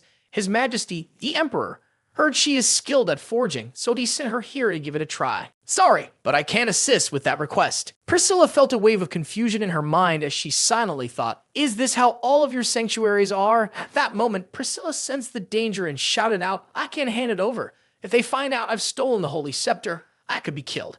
And if things get worse, the entire winery could be taken by Lucifer. With that thought, she quickly took action, stepping forward to seize the scepter for herself.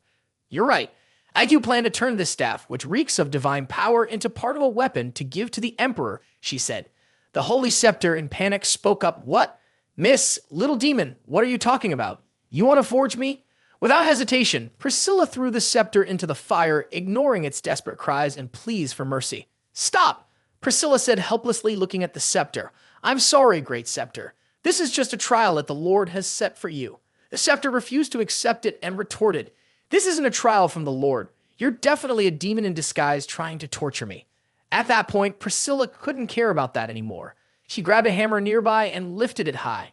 Seeing this, the scepter couldn't take it any longer and begged, "That hammer is huge. I'll die. I'll confess. I'll confess to everything." Shaking with fear, it continued, "I once used the pretense of extermination to get a nun to lead me into the bath. I once secretly watched Pope the 56th and the Cardinal in an affair. And when I was in a life and death situation, the scepter said so many things." Hello, everyone.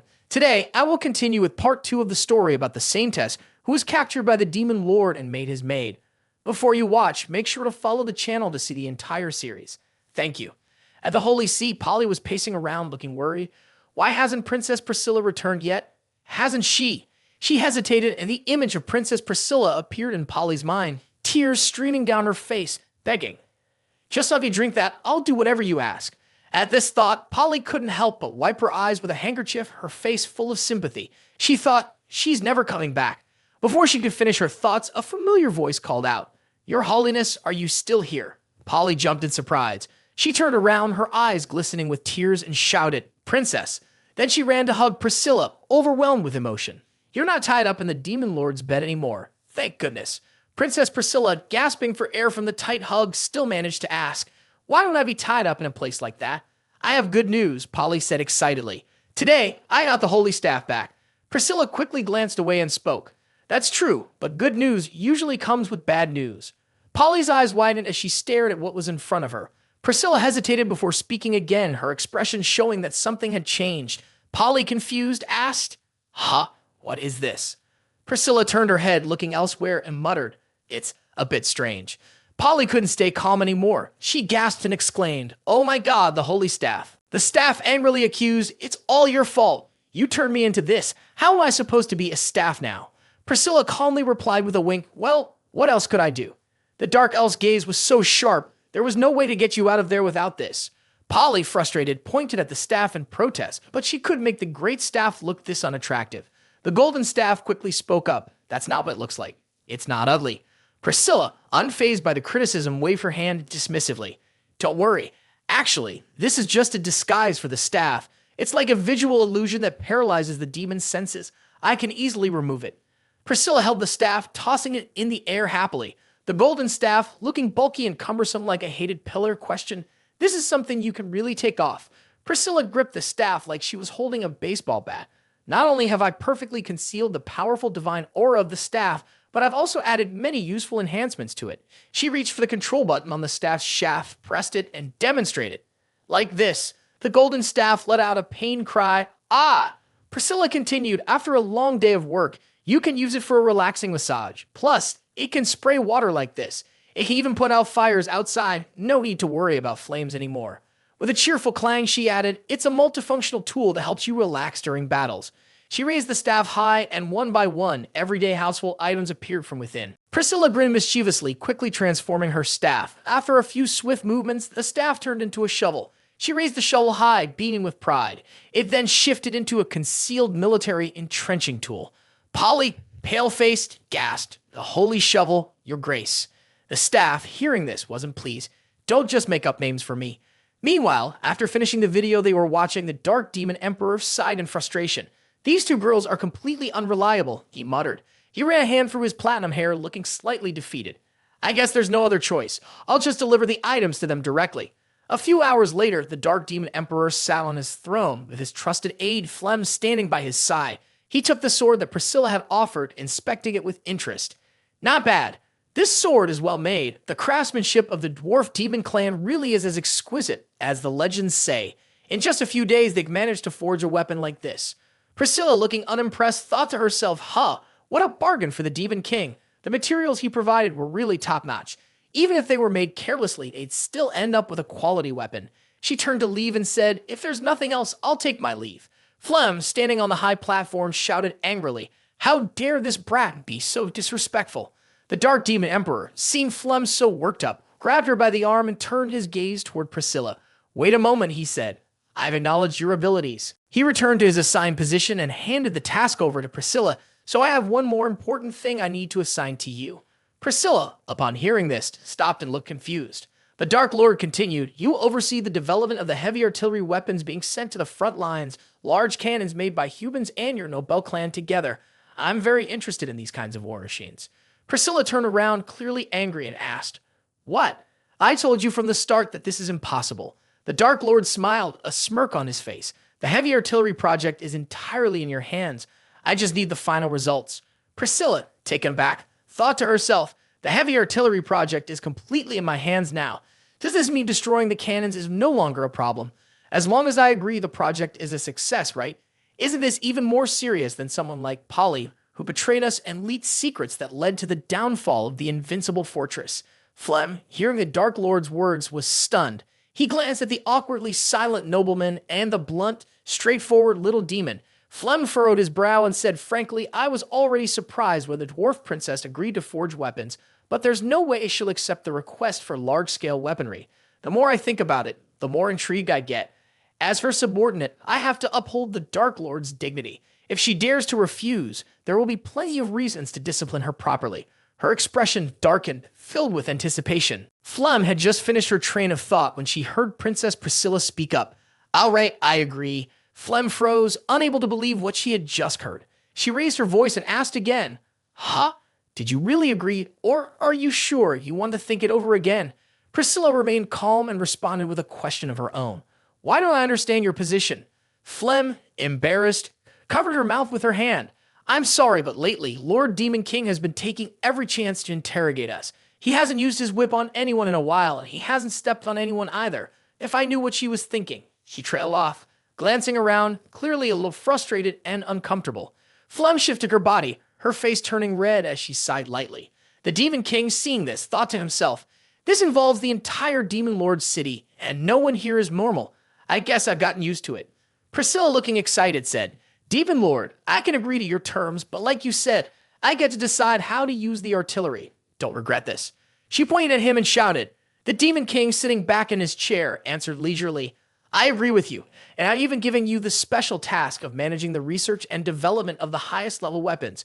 Priscilla's sharp gaze lit up, and she smiled mischievously. She had taken the bait. In the Demon King's palace, Flem's voice echoed.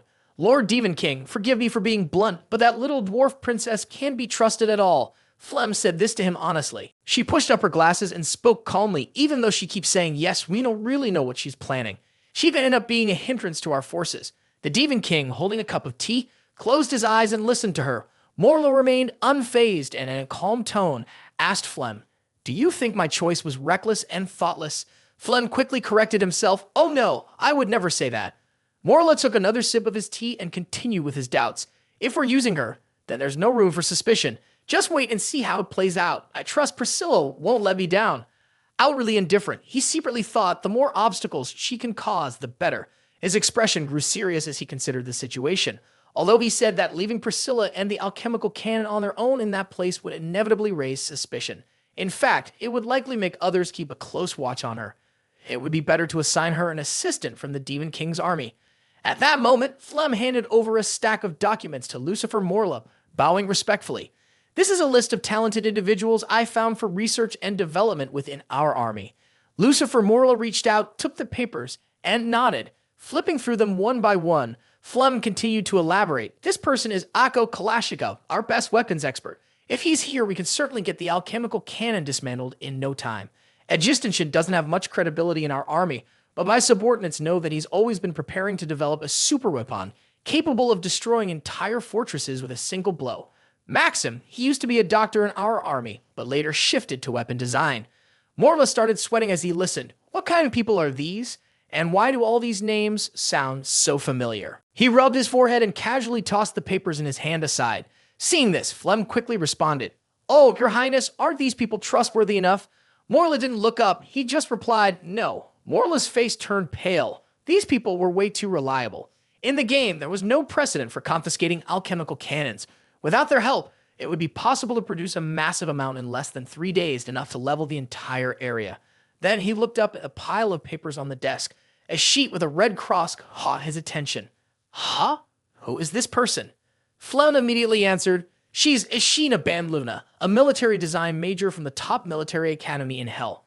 Morla took Ishina's resume in his hand and repeated, A student. Flem sighed and explained, Yes, but she was expelled before finishing her first semester. She had a crooked mindset, and after joining the army, she was lazy every day. She never produced any useful designs. We were planning to expel her anyway. Morla's eyes widened in shock. Expel lazy every day. So she's someone who just gets by. Looking at Ashina's innocent, trouble-filled face, Morla beamed with excitement. Isn't this exactly the kind of talent I've been looking for? I found the right person.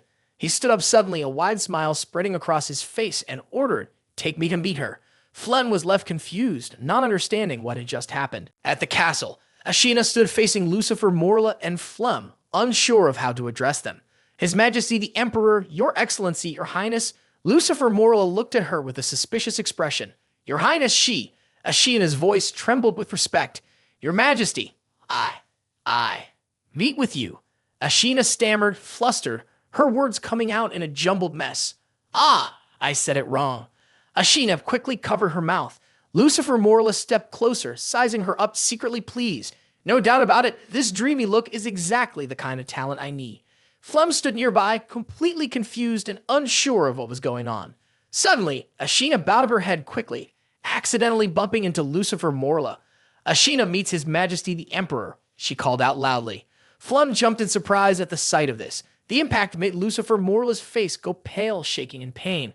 Ashina, embarrassed, could only let out a quick ah. A few seconds later, Ashina raised her head, waved her hand, and closed her eyes to apologize. But in doing so, she accidentally struck Morla's chin, causing him to spit blood. Flem, witnessing this, grabbed a whip and snarled, "You dare to be disrespectful before His Majesty the Emperor? Come with me to the interrogation room for your punishment." At that moment, Ashina clasped her hands together, trembling, and repeated, please. Lucifer, in pain and shaking, collapsed to the side. Ashina's eyes darted around in panic. As Flem lashed the whip, he announced, "First, 500 lashes, and then you'll be hung by the neck for 3 days in front of the entire army." Thinking about that moment, Ashina felt like she could hardly breathe. She was speechless, only able to whisper to herself, "Ah!" Lucifer Morla, his nose still bleeding, saw the situation and spoke up to reassure her. "You don't need to punish her. I'm very satisfied with her." Flem, hearing this, was stunned. Satisfied? The Emperor was really that kind. Lucifer Morla looked down at Ashina from above and continued. "Ashina, you haven't contributed anything to the army in the past 2 years, right?" Ashina hesitated, unable to answer clearly. "I see," he said. Now, with tears in her eyes, she spoke up. "I'll go to my room and pack my things, then return to my homeland, hell." Saying that, Ashina turned to leave, glancing back at Lucifer Morla. He saw this and thought quickly, why does she still want to run away? Lucifer Morla quickly put on a smile, placed a hand on Ashina's shoulder and said, "I want to give you a chance to redeem yourself. I've just set up a weapons research and development team, and we're in need of a deputy chief engineer. What do you think?" Ashina, hearing this, was shocked. Aren't you trying to get rid of me?" Flem, standing nearby, looked displeased and snorted. "Don't you dare take this opportunity lightly. If it weren't for His Majesty the Emperor, based on your behavior so far, you'd already be kicked out by now." Ashina couldn't find the words to respond. Lucifer Morla was also surprised and said, Ashina responded seriously, "Your Majesty, I don't believe I'm suited for this position, because the goal of war should never be to research or develop things that can be used to kill people."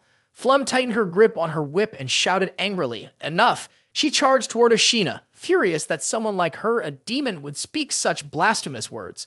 Lucifer Morla, standing nearby, raised a hand to stop Flem. "Wait, Flem, let her finish." Ashina quickly responded, "I don't like taking other people's lives. Shouldn't all races be united? Why can't we sit down and talk things through? Why not find peaceful solutions to our problems?" Tears streamed down Ashina's face as she shared her thoughts. When Morla heard this, he thought to himself, could it be that even the famous pure-blooded elves can't stay neutral when someone speaks like that? But the more she talks, the more I like it. A sly smile spread across his face. His expression turned cold as he thought, a demon princess just trying to stir things up, an incompetent evil spirit, and 2 dragons from noble blood. Why would I be afraid of ruining them and making them into demon kings? With that, Lucifer Morla walked up to Ashina, placed a hand on her shoulder, and said kindly, "Your thinking may be a bit misguided, but it's this kind of limitless imagination that I need.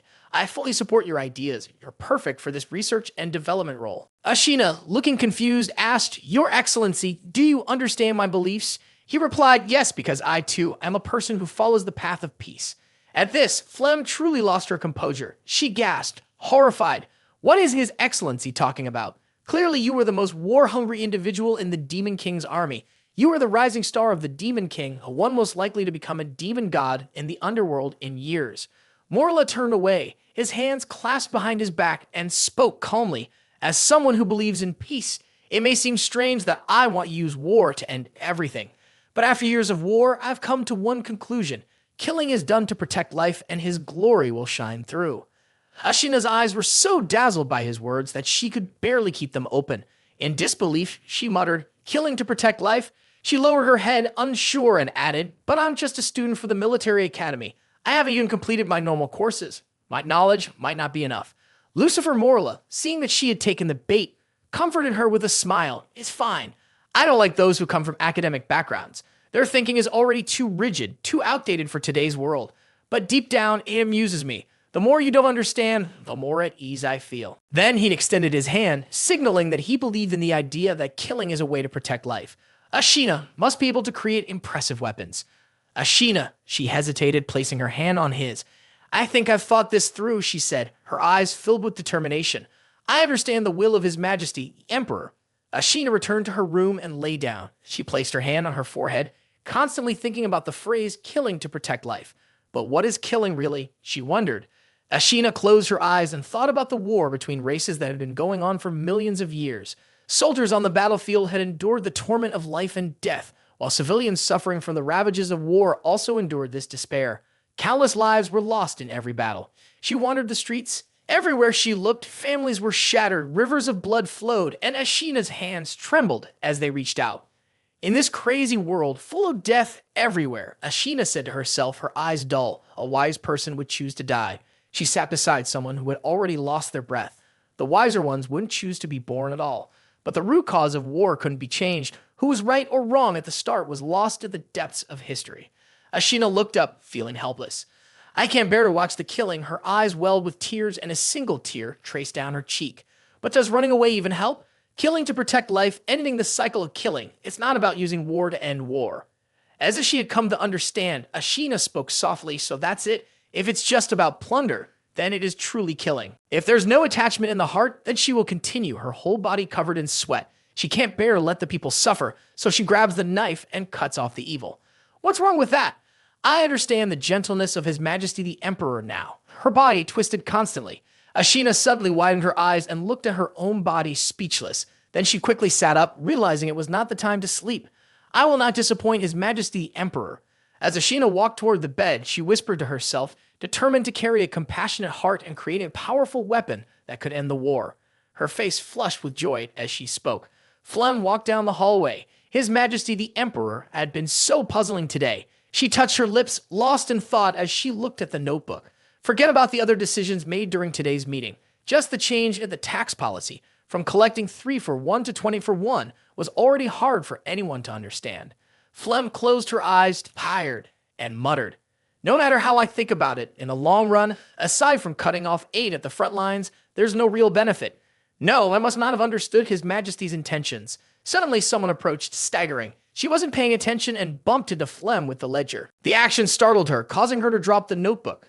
Ashina couldn't keep the stack of notebooks in her hands steady, and panicking, she shouted, "Lord Flem." Hearing that, she was surprised and asked, "Huh?" Then she stepped forward to catch the stack of books. Ashina, relieved, said, "Thank you, Lord Flem." She suddenly called out, "Ashina." Seeing that, she asked in shock, "Where are your glasses? And what are all these books?" Ashina replied, "I switched to contact lenses." She picked up one of the books and explained, "These books and documents are all the work I've poured my heart into at the military academy. In the past, my thoughts about peace were too childish. I want to recover this knowledge so that I can live up to His Imperial Majesty's expectations. I'm creating weapons that can change the course of war." Flem frowned slightly upon hearing that. "In the end, what have you understood from His Imperial Majesty's words?" she asked. Ashina took a step forward. To kill in order to protect life, to kill the crime, not the person, to use war to end war, to welcome true peace. She was so moved that tears started to fall. This is the warmth of His Imperial Majesty. Flem, standing behind her, froze in place.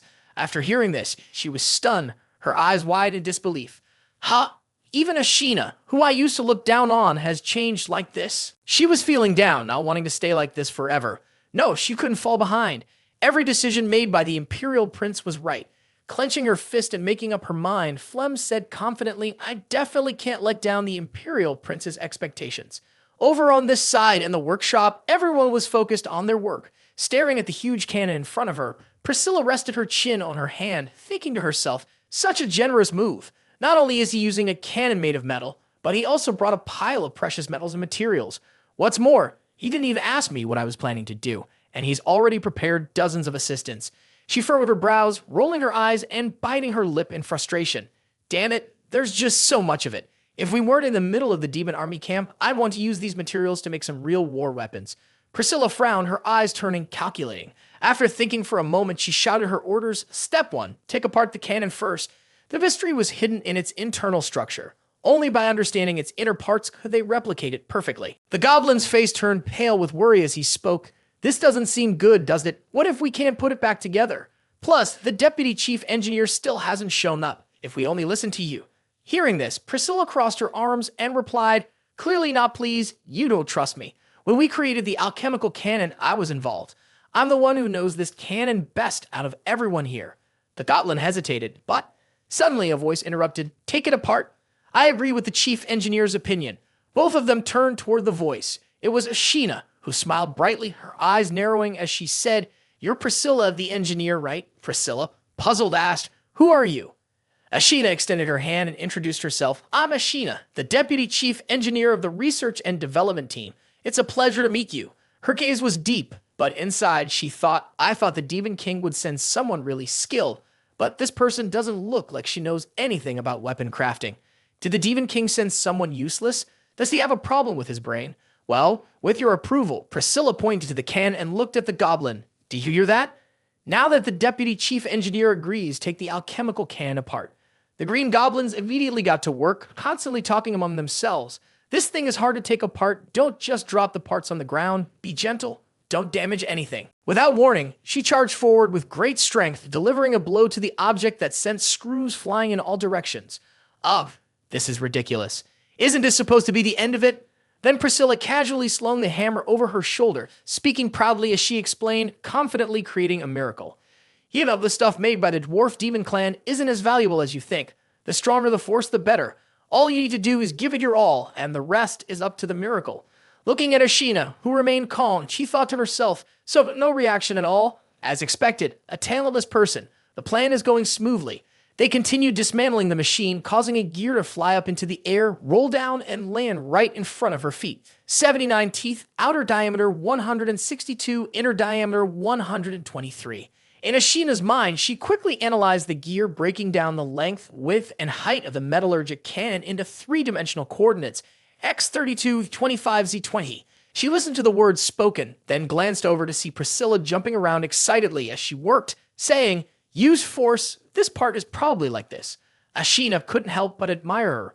No wonder the prince saw her potential. She could give commands to dismantle things with such boldness, yet still get high results. Seems like this engineer is a lot like me, in the end. Ashina looked down and smiled, thinking to herself, just one look and I remember it all. Her face showed excitement as she held up the cannon model, gently touching it. It doesn't matter how you take it apart. She ran her fingers along the inside of the barrel, then licked her lips, feeling pleased. The barrel was rough and thick, and there seemed to be some special markings, key features that could help compress the magical power. Finishing her words, she stuck out her pink tongue and carefully lifted the model to inspect it. The super alloy spring at the bottom of the barrel was the only thing preventing damage from its own recoil. Ashina grasped the muzzle and stroked it gently. And there's more, so much more. She placed it under her chest, her eyes glowing with admiration. A masterpiece like this, it can see through everything. Meanwhile, Priscilla, exhausted, wiped the sweat from her brow and sighed in relief. Finally, it's all taken apart. Ashina took a deep breath, her eyes glowing red. A strange expression crossed her face as she said, I understand it now. The cannon, stripped of its components, lay scattered on the ground. The goblin spoke up, Chief Engineer, what's next? Should we start restoring these parts, or should we wait for you to explain some key points in the creation of the metalworking cannon? Upon hearing this, Priscilla felt a surge of frustration and thought, what is this guy thinking? After all that effort to take it apart, now he wants me to restore it. She placed the hammer on the ground, sat down cross-legged, and casually offered a polite remark. Everyone had already worked hard to dismantle the metallurgic cannon. So, to celebrate the completion of the metallurgic cannon, let's take 2 days off, she said.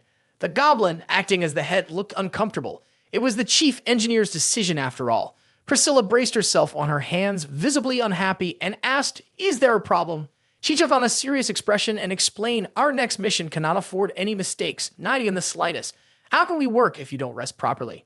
Though inwardly she thought, "At this rate, I'm starting to believe in myself." But Priscilla smirked and muttered to herself, "Just to be safe, even if this pile of junk is all we have, we can't let them keep working on it." With a confident look, she said, "In these 2 days, I'll need to come up with the next plan, as well as discuss further weapon research with a deputy chief engineer." Ashina, standing nearby, seemed confused and asked, "Further weapon research?" Priscilla answered, "That's right. The metallurgic can is only half finished." She folded her arms, clearly pleased with herself, and added, "Now, with a wide open field like that of the Demon King's army, we need to come up with something even more powerful. This is also the mission that His Majesty the Emperor has entrusted to our team." At this, Ashina's eyes sparkled with excitement. "I agree with the chief engineer's plan," she said, grabbing Priscilla's hand eagerly. "The decision to dismantle the can earlier, as well as the way you've been working so hard, has truly impressed me. We must innovate so we don't disappoint His Majesty the Emperor." Priscilla, feeling the pressure of her presence, awkwardly looked up. Yes. Then she quietly thought to herself, so she believes it now. She's really that naive. I didn't expect her to be this easy to deceive. This will make things much easier. After calculating, she analyzed the situation. Actually, besides the massive alchemical cannon at that time, we also had a smaller version, which was more convenient for the troops to use. Priscilla smiled, her eyes narrowing with pleasure as she pointed out the issue. If this type of weapon is developed, it will completely change the way wars are fought. Ashina, surprised, blushed, and excitedly exclaimed, "A weapon that changes the way wars are fought." Priscilla confidently replied, "That's right. We call this weapon a gun," then handed over the design and explained how it works. The metal trigger inside the weapon is activated, which in turn propels the projectile, creating a powerful destructive force. Any soldier can use a weapon that can deliver such firepower, capable of taking on hundreds of opponents. Ashina immediately grabbed it, thrilled, and began examining it. So won't this significantly reduce the number of soldiers dying on the battlefield? After successfully deceiving the person, Priscilla turned around and gave a sly smile, thinking to herself, "Sure enough, it's useless. It sounds good in theory, but it's really just a well-crafted, expensive toy."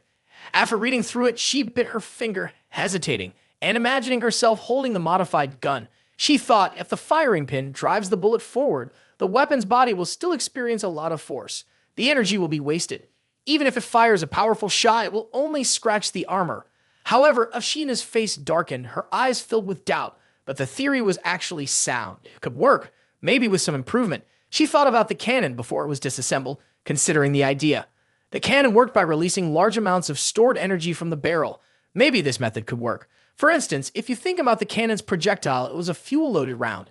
Instead of the firing pin driving the bullet, it could trigger the fuel chamber, rapidly releasing energy to propel the projectile. But the power still wouldn't be enough. The projectile still had room for improvement if the materials were arranged correctly to trigger magical reactions upon impact. Ashina's eyes widened as she thought about the shell entering the hollow part inside. She closed her eyes and reinforced her theory, simulating the test in her mind. In her imagination, she was wearing a swimsuit, her expression obsessed as she lovingly caressed the gun pressed against her chest, getting closer to the chief engineer's design blueprints. This was, after all, the most convenient operating shape. Next came the power test. She closed one eye, aimed, and fired. The bullet shot out, heading straight for the mountain. It embedded itself in the rock, and a cloud of smoke erupted. Suddenly, it exploded, sending debris flying everywhere. Ashina was ecstatic, mesmerized by the gun. The power was still good, but each time she fired, she had to reload. The performance wasn't quite right yet. Could it be improved to allow for continuous firing? Breaking from her thoughts, she happily licked her finger, knowing this was still just a plan waiting for the real thing to be created. She would present it to His Imperial Majesty. His Imperial Majesty will definitely be pleased. Seeing her like this, Priscilla sneered inwardly, mocking her. Such a ridiculous plan, and she's so pleased with it. Go ahead, waste your time on that. Meanwhile, in another location, Lucifer Morrill watched everything through a screen. He chuckled and said with amusement, "One dares to dismantle it, the other dares to watch. With two fools like you here, I feel at ease." He then glanced at the screen beside him, his expression shifting to one of concern. Meanwhile, in another part of the forest, Polly, holding the golden holy staff and dressed as a maid, looked worried. She took off running, but carelessly stepped on a stone, stumbling and falling backward into a tree before quickly getting back up. She sat up with one hand on her head, rubbing it gently. Lucifer Morla looked at her with concern and asked, "Saint, are you all right?" Polly got up and replied, "I'm fine, but no matter what, I have to find a way of escape from the Demon King's castle." A tear fell from the corner of her eye, and she knew now wasn't the time to stop. She was determined and took the holy staff in her hand, fully resolved to move forward. She had to see the path ahead. Hearing this, she felt confused. Once again, Polly bumped into a tree. She collapsed and lay flat on her back. "Ouch, that hurts. This is harder than I thought." From then on, the saint could no longer help with the path of cultivation.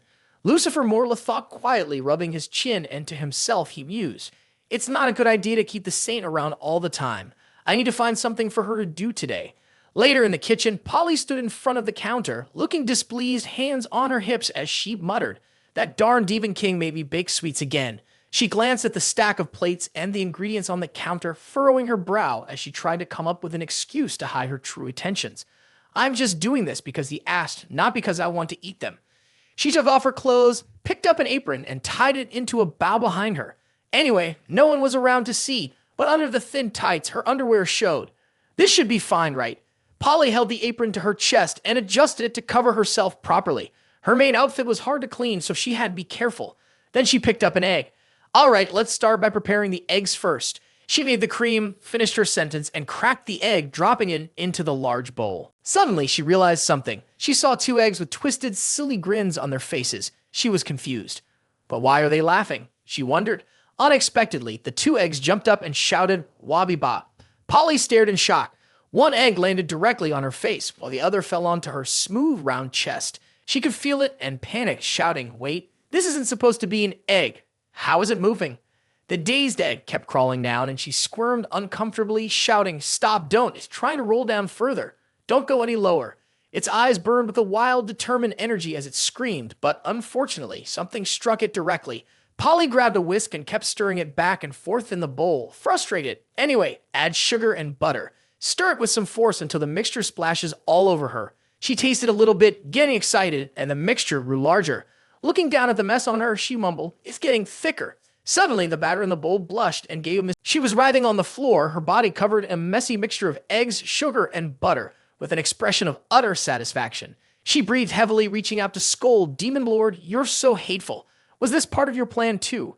Seeing this, his nosebleed started uncontrollably, and he wiped it away with his hand, looking confused. Then, his eyes landed on a tray piled with eggs. Two of them were missing. He was stunned and thought to himself, "Is there such a thing as a toy like this?" In the western square of the city, the Demon Lord's army gathered to listen to Flum's announcement. This time, our attempt to assault the broadcast tower failed. Our forces were completely wiped out. A total of 16,332 enemy soldiers were captured. Flem casually added that the Minos Legion and Commander Bradley's forces led the charge, fierce and unmatched in bravery. Bradley bowed respectfully in response. It was thanks to the intelligence of the Imperial Lord that they were able to take down the seemingly unbeatable fortress. While speaking, Flem gave more credit to the 6th Legion under Commander Minos, as they were the ones who had been fighting on the front lines for 2 years, which gave them the chance to strike this time. After hearing this, Minos gritted his teeth and shouted, "Bradley, you're good. If the Imperial Lord really wants to reward someone, just reward Bradley." He was teasing Commander Minos, which made him even angrier. Lucifer Morla was frustrated and thought to himself, "What are these two doing? I want to see them bleed and fall in the unbeatable fortress, not actually fight each other. I really feel like kicking both of them." He smirked mischievously and spoke up, "Anyway, both of these great generals have made significant contributions, and of course, I won't be stingy with my rewards. Anyone who has earned it will be rewarded generously." Lucifer Morla pointed his finger toward the sky and made a decision. "First, Bradley, from now on, you will no longer hold the position of commander of the 9th Legion. The 9th Legion will be disbanded as well." Bradley responded with understanding, but quickly realized something was off. "Did you just shout?" Lucifer Morla kept his smile, telling him not to rush. "I have decided to grant you a piece of land from the kingdom's territory as a fief. The Marian Kingdom, this land is now given to you." Flem was stunned, thinking, until now the Emperor has only granted small pieces of noble land, but this time he's giving away an entire kingdom's territory, and it's the most fertile part of the Marian Kingdom. Bradley lowered his head, trembling as he spoke, "Your Imperial Majesty, this reward is truly too much. I respectfully decline." Before he could finish, Lucifer Morla interrupted him. "There's no need to refuse. This is what you deserve. On the surface, he kept a calm demeanor, but deep down, he was secretly pleased, thinking to himself, this is exactly what someone like you, a lowly trader, deserves. You'll accept it with gratitude. Inside, Lucifer Morla knew that the Marian kingdom, though small in size, was still considered a fertile land within the Vasma Plains. What mattered more, however, was the unique strategic resource the kingdom had created, the Heartstone. It seemed that all magical formations and destructive weapons relied on this Heartstone. But only someone like him who had played through the final part of the game knew the truth. Everything was a trap. The Heartstone that the land produced was actually tied to the remains of a lost goddess buried deep within the mine. She was incredibly beautiful, still peacefully sleeping beneath the earth. When the game reached its end, the lost goddess under the mine in the Marian kingdom would awaken. Her amber eyes would glow, and a powerful beam of light would shoot down, turning the entire kingdom into a barren wasteland, burning everything to the ground. At that point, he wouldn't even need to lift a finger. Bradley and his entire army would be buried under the ashes. Morla secretly chuckled to himself, knowing there was no room for error this time. After dealing with Bradley, he turned to Manos and said, as for the position of the chief of staff for the Demon King's army, I'm assigning it to you.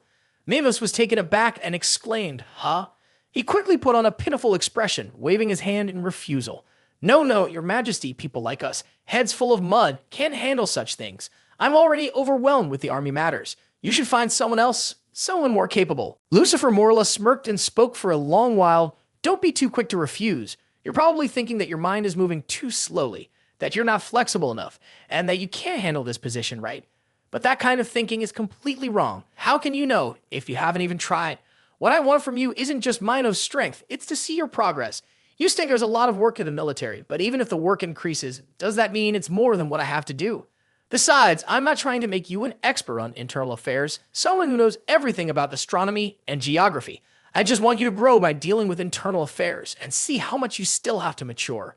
Minos stood there, stunned, unable to say anything more. Flem felt moved and thought to himself, the Emperor is arranging this for Minos' growth. I didn't realize he cared so much for his subordinates. Minos was also convinced. With tears in his eyes, he called out, Your Majesty, but then scratched his head and wondered, you really know how to talk, but why does it feel like I'm hearing this? Lucifer Morla was momentarily surprised, but quickly regained his composure and continued to manipulate Minos' emotions. The king has spoken, so just follow his orders. Handling internal affairs is a small matter, but your growth is the big one. He patted Minos on the shoulder and said, I believe in you. Minos, still dazed, agreed, yes, sir. Lucifer Morla let out a sigh of relief and thought to himself, finally, it's over. I only wanted to come up with a quick excuse, but now it looks like putting a little more thought into the plan wasn't so bad after all. Minos scratched his head and then walked away. Lucifer Morla felt a sense of pride and thought the Saintess must have escaped without any trouble. At that same moment, the sky was clear and the forest was lush and green. Inside the forest, Polly happily ran and chatted with the two high priests. We've managed to escape the city without a hitch. The high priest reminded her, be extra careful. Once you're spotted, it'll be nearly impossible to escape. Have you decided where you're going yet? The high priest asked. Polly confidently replied, don't worry, I've been paying close attention to the terrain around Westwood City. She'll jump up, then follow this small path, take the third right, walk another 23,000 steps, turn right, and then left onto a mountain road next to the rock with the red mark. That will lead to another city. The high priest Egan, who had been sitting by the lake, sighed in frustration and said, I think the two vicious tree demons blocking our path probably have nothing to do with any city, do they? Polly panicked and exclaimed, no way. I followed the marked route in my mind. How could I have gotten lost? The holy staff, Egan, anxiously called out, now's not the time to be talking about this. The cursed vines are already here. The vines from the cursed plants wrapped tightly around Polly's body, causing her to scream in panic. They pressed against her chest and she gasped. That's right. It must be the Demon King's army. Her face flushed and she was breathing heavily. The Demon King set a trap in this forest. I can't be wrong. The vines are still tightening around me. Egan, worried, urged, you need to find a way to break free. The vines from the cursed plant tightened around her chest in a way that brought her a strange, involuntary pleasure, but she couldn't make a sound. Seeing her like this, Egan asked in frustration, what are you doing? Polly, the holy maiden, was suspended upside down by the cursed plants hanging in midair. Egan was also tied to a tree, desperately shouting, Holy maiden, you gotta move. These are just mid-level monsters. They shouldn't be able to stop you. But the vines were rubbing against her sensitive areas, leaving her helpless. Inside, she screamed for action, but her body had no strength to respond. Water pooled, soaking the vines. After an unknown amount of time, Polly finally fell to the ground, breaking free from the cursed plants. Egan asked, "Did we lose our way?" She looked around, then answered, "No, there's no way. Even the best hunting dogs can't track as well as I can. There's no way we're lost here." She frowned, thinking, why compare me to a dog? Polly moved forward, deciding to keep going in that direction. It had to be the Saiwa Lake. She could see the shadow in the small puddle of water. The holy staff, you call this a lake? Looking at the small puddle, she wasn't sure, but in a way, it could be considered one. Suddenly, the puddle rose into the air. "Wait," the holy staff Egan and Polly said at the same time. "This isn't water." Upon a closer look, she confirmed that they were smiles had appeared. Everyone knew that while smiles were weak, they were still very dangerous creatures. Usually, they hid themselves in various forms. They were getting ready to attack. Polly dodged, even though she was fully equipped as a knight. If she wasn't careful, she could easily be caught off guard. The holy staff Egan lazily remarked, "But this is useless against a Saintess. Every Saintess of the church is a level 9 powerhouse, especially with the light power hidden in the Saintess's divine magic. It's naturally a perfect counter to these weak creatures." Suddenly, Polly fell right onto the holy staff Egan. It gasped in surprise and shouted, "Saintess, what are you doing?" Meanwhile, Polly was being swarmed by the smile creatures. Weakly, she said that she was about to be fully devoured. The holy staff, confused, asked, "Devoured? What do you mean?" The smiles had sworn to all the sensitive areas of her body. Polly struggled to explain. The female adventurer, or the black-legged spirit who was attacked by the super-powerful smile, or the tentacled monster that swallowed her, as described in the book, now has tentacles growing inside the monster's body. After that, the tentacles do this and that to her.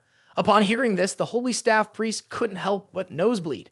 Polly added, "Not long after being swallowed, the person loses themselves in the pleasure and fear brought on by the enclosed environment, becoming a helpless, trembling mess. A smile monster inserted its tentacle into her mouth. Polly was on the verge of getting lost in the sensation of pleasure. Seeing this, the holy staff priest, Egan, panicked and shouted, "Holy maiden, please calm down. These smiles can't harm you at all." The smile retreated from her mouth, and Polly sighed with relief. Egan, however, seemed disappointed. "I can't believe we ran into 2 monsters on such a short path." She struggled to sit up and responded, "No, that wasn't an ordinary monster. The foul, the demonic aura was unmistakable. Both the love tree and the smile we encountered earlier were minions of the Demon King, Holy Staff Master. We may have fallen right into the Demon King's trap." He seemed doubtful. A trap from the Demon King? Does he really know how we would try to escape? Polly tightened her grip. She believed that the Holy Staff Master didn't fully understand how terrifying the Demon King's intelligence was. The way he toyed with people's hearts was incredibly frightening. The Holy Staff seemed surprised by her words. Polly screamed in fear. No wonder it was so easy for us to leave Westwood City. He must have planned everything already. All we had to do was leave, and now we're caught in his trap over and over again. It's like a cruel cat playing with a mouse. However, Polly said to the Holy Staff Egan, "But he underestimated me. I'm strong, and no matter what, I will bring her back to the Allied forces." Right after that, the Holy Maiden, who was scouting ahead, and Polly, who was following along the forest edge, were suddenly ambushed.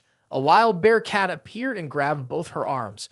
While she was fighting, the huge bear tried to hug her. Then, a giant snake joined the battle and coiled around her. Soon after, she fell into the trap of a giant spider, which used its webs to hang her upside down. How much hardship had Polly endured? The Holy Staff Egan asked with concern, "Are you all right?" Exhausted, Polly replied, "I'm fine. Even though I've been treated this way, I'm not injured." The Holy Staff quietly thought to himself, "This is exactly what I wanted to know." Over and over again, without getting hurt, it seems all the demons have a purpose. There's definitely something mysterious about this Holy Maiden. From morning until evening, as they finally reached the city walls, a Holy Staff Egan said, "Hang in there, Holy Maiden. We've made it to the city." Polly stretched out with excitement. "Finally, we've made it through the forest. We've escaped the Demon King's claws and fangs." The Holy Staff quickly stopped the Holy Maiden. "Wait, she can't believe it. No way, this can't be true. We've come back around," she said. Inside the walls, the Demon King's soldiers were waiting. Polly's head spun as she collapsed in the courtyard of the headquarters, with servants standing around everywhere. Morla thought to himself, by now the Holy Maiden must have escaped the Demon King's forces. The alchemical cannon had been destroyed, and inside, some fool was handling the internal matters of Minos. Outside, a bunch of random soldiers had been cut down by Morla himself at the Demon King's front lines. With things like this, how could they possibly win? Morla took a relaxing sip of tea. Would it be better to just go back to hell and stir things up? Still, it felt odd not having the Holy Maiden around. He could almost hear her voice. Polly muttered, "That damn Demon King, yeah, that's the voice, right?" The voice. Morla suddenly turned around, startled. Polly was bound and thrown to the ground, still shouting curses. That damn Demon King, he purposely set up every trap for me, gave me hope, then made me fall into despair. In the end, she was caught in this humiliating state. Her clothes were torn to shreds. She angrily continued, instead of torturing my body, you prefer torturing my mind, don't you? This is all part of your plan, isn't it? You want to see me completely fall apart. Lucifer Morla was furious inside. How is it possible that she's still been caught like this? The one who loves to torment the mind is you, not me. Bradley stepped forward, respectfully placing a hand on his chest as he spoke. Your Majesty, I followed your exact instructions and set up the security measures as you ordered. Just as predicted, we captured the fugitive trying to escape. The criminal doesn't even thank your kindness. It's all thanks to your foresight, Your Majesty. Lucifer Morla was completely confused, his mind flooded with questions. Traps, mental torment, tightening the noose. When did I set things up like this? He thought back to Flem's face earlier and his anger flared. Wait, it was Flem. What exactly did you set up? Flem forced a smile, then spoke. Well done, Bradley. You've really proven yourself as my trusted subordinate. Bradley beamed, replying, Your Majesty is too kind. Flem reported, Your Majesty, we found the Egan Holy Staff and the sacred relic of the church on Polly. Should we execute her here?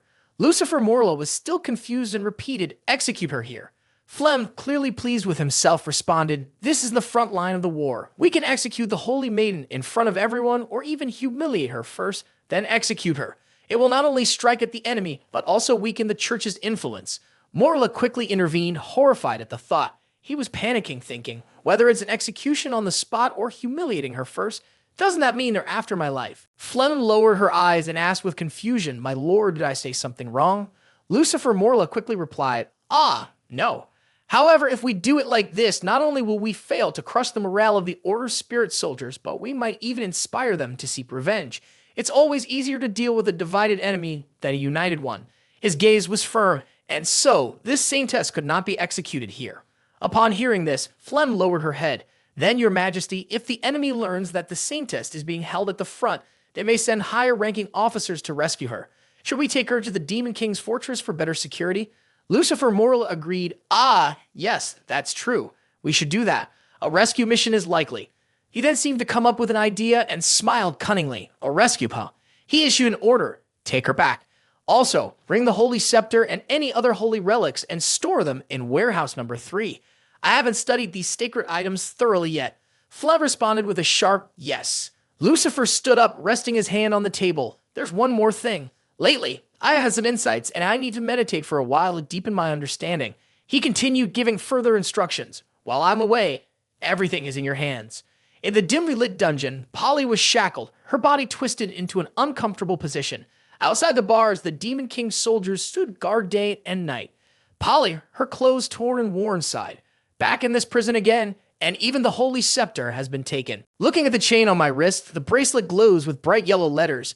This chain also seals my divine power, which means right now, even the most basic goblin leader could humiliate me. Clearly exhausted, she let out a heavy sigh, sweat dripping down her face. I have to go from being the Church's Saintess to being the Saintess for everyone. She imagined a scene in her mind, blushing as she pictured herself with those Womtom Demon Lord soldiers. Embarrassed, she rubbed both of her cheeks to snap out of it. No, this isn't the time to think about that. I can't give up yet. Outside, a Demon Lord soldier, still clinging to the bars, spoke up. Saintess, stop talking nonsense. Do you really think you have a chance to escape? This time, your escape is a serious offense. As he spoke, he made an intimidating gesture. Not only will you be punished, but we might even get some rewards from this. Heh heh heh. The Demon Lord soldier's eyes shifted, and suddenly a voice came from behind him. Forget about that idea. A shadow moved quickly, appearing behind him. No one could break into the Demon Lord's prison. Before he could react, a punch landed on his face, sending the Demon Lord's soldier stumbling forward. The person stepped forward, and the Demon King's soldiers lay in pain, scattered in the crumbling corner. Polly hesitated. Who is that? Ahead, a shadow slowly approached. As it got closer, only one red eye and a few strands of hair became visible. The red eye appeared, and the figure quickly moved closer, calling out, Holy Maiden, I'm here to save you. 15 years ago at the church dormitory, Polly lay under the covers with only her cute head poking out as she asked the nun sitting beside the bed, Sister, who is the White Knight Prince? The nun gently explained to her that it wasn't referring to any particular person, but rather a title that didn't exist. She looked at the girl lying there and continued, Every young girl will come across this. Polly looked at her and asked, "So, could I meet him too?" The nun reached out, touched her lips, and then answered softly, "Yes." The nun smiled, gently patted Polly's head, and said, "Though both our bodies and spirits should be dedicated to the divine, there will come a day when little Polly will meet him too." Scene change. The monster was thrown into the wall. A step appeared calling, "Holy Maiden." When faced with despair, Polly looked up in surprise. A man wearing a hood and a mask with only one red eye visible stepped forward. He approached, saying, "Polly, I come to save you. I risked my life to come for you." Polly kneeled on the ground, chained up, her voice trembling as she said, "Help me." He stood in front of her, extending his hand. Polly hesitated. "Who are you?" He didn't answer, making Polly even more panicked. "Don't you know how dangerous the Demon Lord's fortress is?" She shouted. "Why?" Only then did he respond, "I'm just a traveler passing by. As for why?" The other half of his face twisted in anger, revealing the snarling, glaring expression of Lucifer Morla, the Demon Lord. He thought, if I don't personally free her, she'll be executed and turned into a mortal vessel for the gods, and I'll be done for. He grabbed the chains and said, of course, compared to the danger of the Demon Lord's fortress, the Saintess is much more important. Polly froze, blushing deeply, stammering, "I'm more important?" Her eyes spun as her face turned even redder than a tomato. She thought, he can't possibly mean. The chains on her wrists snapped open. He gave her a cold glance and walked away. Polly shyly looked at her now free hands. Ha! Her heart was pounding in her chest like a drum. Flustered, she blushed and tried to calm herself down. Calm down, calm down.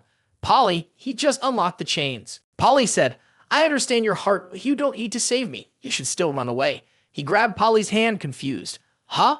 Why? Polly explained, "If you take me with you, you won't escape." Stop. Outside, it's all soldiers of the Demon King's army. It's not worth dragging you into danger for someone as shameful as me. He was furious, feeling frustrated inside. I'm rushing to get you out, and now you want to stay. Though he thought that on the outside, he still held on to her hand. He moved closer, his face nearly touching hers, and gently said, "Don't worry, Lady Saint. No matter how dangerous it is outside, I'll get you out of here." Polly was deeply touched, her heart blooming with warmth. She imagined the two of them holding hands, running through the streets together. Rose petals would fill the air, and they would get married, having children who were the very symbol of their love. Thinking about this made Polly's face turn red with embarrassment. She quickly pulled away, stammering, "W, what are you saying?" Polly stumbled on a stone, losing her balance and falling backward. "Ah!" she screamed. He was quick to react, rushing over and wrapping his arms around her waist to steady her. "Lady Saint," he said, as Polly's heart overflowed with feelings of love. She was being held. The entire space seemed to glow with dreamy rosy hues in her eyes. He furrowed his brow and asked, "Are you okay?" The distance between their faces was so close that Polly, still in a daze, responded, "I am fine." Her hand rested on his chest, her body pressing against his, and the sensation felt amazing. Polly silently thought, wow, he's so solid. Even though it's just a human body, it feels as hard as armor. The two bodies pressed closely together, and Polly let out a soft exclamation. "It's so hot." Her face turned red as she lowered her eyes. It was just contact with the cold clothes, but she could feel his warm breath. What am I thinking? Polly thought, panic rising. She couldn't let him think she was losing it. She pushed him away and slapped her own cheeks, trying to snap herself out of it. He saw this and turned pale, opening his mouth in surprise, thinking, is something wrong with her head? He lifted Polly up effortlessly and said, "This isn't the time to waste, it's rude." Holy Maiden. Polly looked at him, stunned. I'm being held again? He was so rough, but she actually liked that roughness about him. Polly wore a mischievous grin, her breath starting to heat up. At the same time, outside the fortress, a loud explosion shook the gates. The guard monsters screamed. Someone's breaking out of the prison. The scene became chaotic. Quick, ring the alarm. Stop them. Over here. Polly, still in his arms, felt uneasy. Should I go again? He replied with a serious face, "No need to worry." Holy Maiden, are you afraid of heights? Polly blinked, asking in surprise, "Huh? Afraid of heights?" Before she could finish, he tightly hugged her and jumped. His hands swung, and he launched Polly into the air. Polly was taken by surprise and shouted, "Ha!" A long, loud scream echoed, "Ha!" Polly was thrown high, soaring above the chaos below the fortress. She was thrown out of the fortress. The monsters below saw her flying through the air, their mouths gaping as they looked up. Could this be what they called throwing someone away? The Dark Knight stomped on the face of one monster, using its body to leap across the others. The monsters screamed, "Ah, kill him!" The Dark Knight gripped the hilt of his sword tightly, gathering his strength. A fiery power surged around him. His eyes lit up, and with a swift motion, his sword cut through the monsters. Polly was falling, and just as she was about to hit the ground, he jumped and caught her in time. Polly's face turned red, but she was fine. He asked, "Are you okay, holy maiden?" Polly's eyes turned into little hearts as she gazed at him, cupping her cheeks. So handsome, she thought, and in the blink of an eye, he broke through the demon lord's army's formation. His strength is incredible. The Dark Knight paused. Polly pointed in a direction. The exit is to the south. She looked back at him. The demon lord's army probably hasn't set up their defenses yet. This is our best chance to escape. The Dark Knight questioned her. No, holy maiden, wasn't the main purpose of this trip to get the holy staff and the holy relics? He glanced at the mushroom-shaped buildings. The holy staff was right in the warehouse ahead, not far away. Then he picked Polly up in his arms and started running. Since we're already here, how could we leave without taking them? They found it through the window gap. Oh, I guess staff place here is getting pretty boring. Flem appeared, holding the staff in a very suggestive pose. Why didn't that brainy elf come to interrogate you before? Just as the holy staff was sinking into dark thoughts, there was a loud crash and the wall exploded. Polly emerged from the dust. "Master Holy Staff, I'm here to pick you up." The staff replied with a sigh, "Priestess, weren't you captured as a prisoner?" The staff glanced behind Polly. That man. Polly blushed and said he was a prince on a white horse, but when she saw him, she immediately changed her mind. "He's the hero come to save me. The entire area is surrounded by the Demon King's fortress guards. They're hunting us down." The Dark Knight stood emotionlessly behind the white horse hero. The holy staff thought seriously to itself, "No way. Did he really break into the Demon King Rasma's fortress by himself? How could someone be this reckless?" Polly grabbed the staff and said, "I'm not sure myself, but there's no time to explain. Whatever it is, we'll talk outside." The staff reluctantly agreed. "All right." Suddenly, the Dark Knight tilted his head, his eyes widening in surprise. Flem snapped his fingers and boom, an explosion went off. The Dark Knight quickly raised his shield, protecting himself and Polly. Fortunately, he had noticed it in time. It was the corrupted dark elf from hell. Polly stood behind the Dark Knight, watching her and said, "The hunting dog standing beside the Demon King." Flem repeated Polly's words, "The hunting dog standing next to His Majesty the Demon King?" "That's right," Flem said, looking quite pleased. "I really like this title." Polly was shocked. What just happened? Flem yelled, "I am the hunting dog of His Majesty the Demon King." The Dark Knight stood there silently screaming in her head, sweating bullets. "Stop, stop, stop." Although her disguise made it impossible for Polly to see through, it was still embarrassing to hear that said right in front of her. Flem raised a finger to her lips, a foolish moral like you could never understand. She spoke as she twisted her body, pressing her hands against her full chest, sweat dripping from her. "A stray dog like you could never understand the beauty of being loyal to His Majesty the Demon King." The monsters behind her all shouted in unison, "Yes, yes." Flem's face immediately lit up with pleasure. The monsters cheered. Being the hunting dog of His Majesty the Demon King is the greatest honor. So many people want this position, but can't get it. Woof, woof, woof, woof, woof. The Dark Knight's face grew dark. "Oh," Polly screamed, "how shameless. How can you say such things? I can't listen to your nonsense anymore." The Dark Knight looked at her.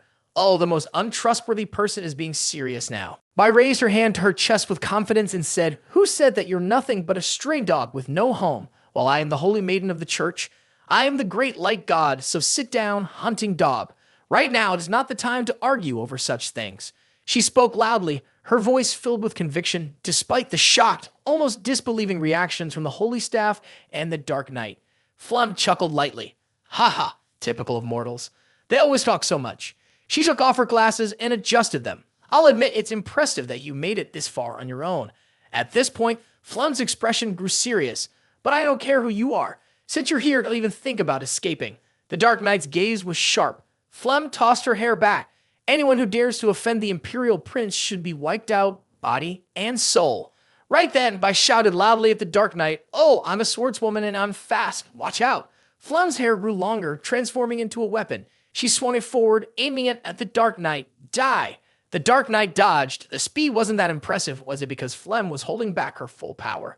As he thought this, he suddenly turned and widened his eyes, realizing, damn it, I forgot about the Holy Maiden. The Holy Maiden was now caught by Flem's hair, which had lifted her into the air. The Dark Knight's eyes bulged. What the hell?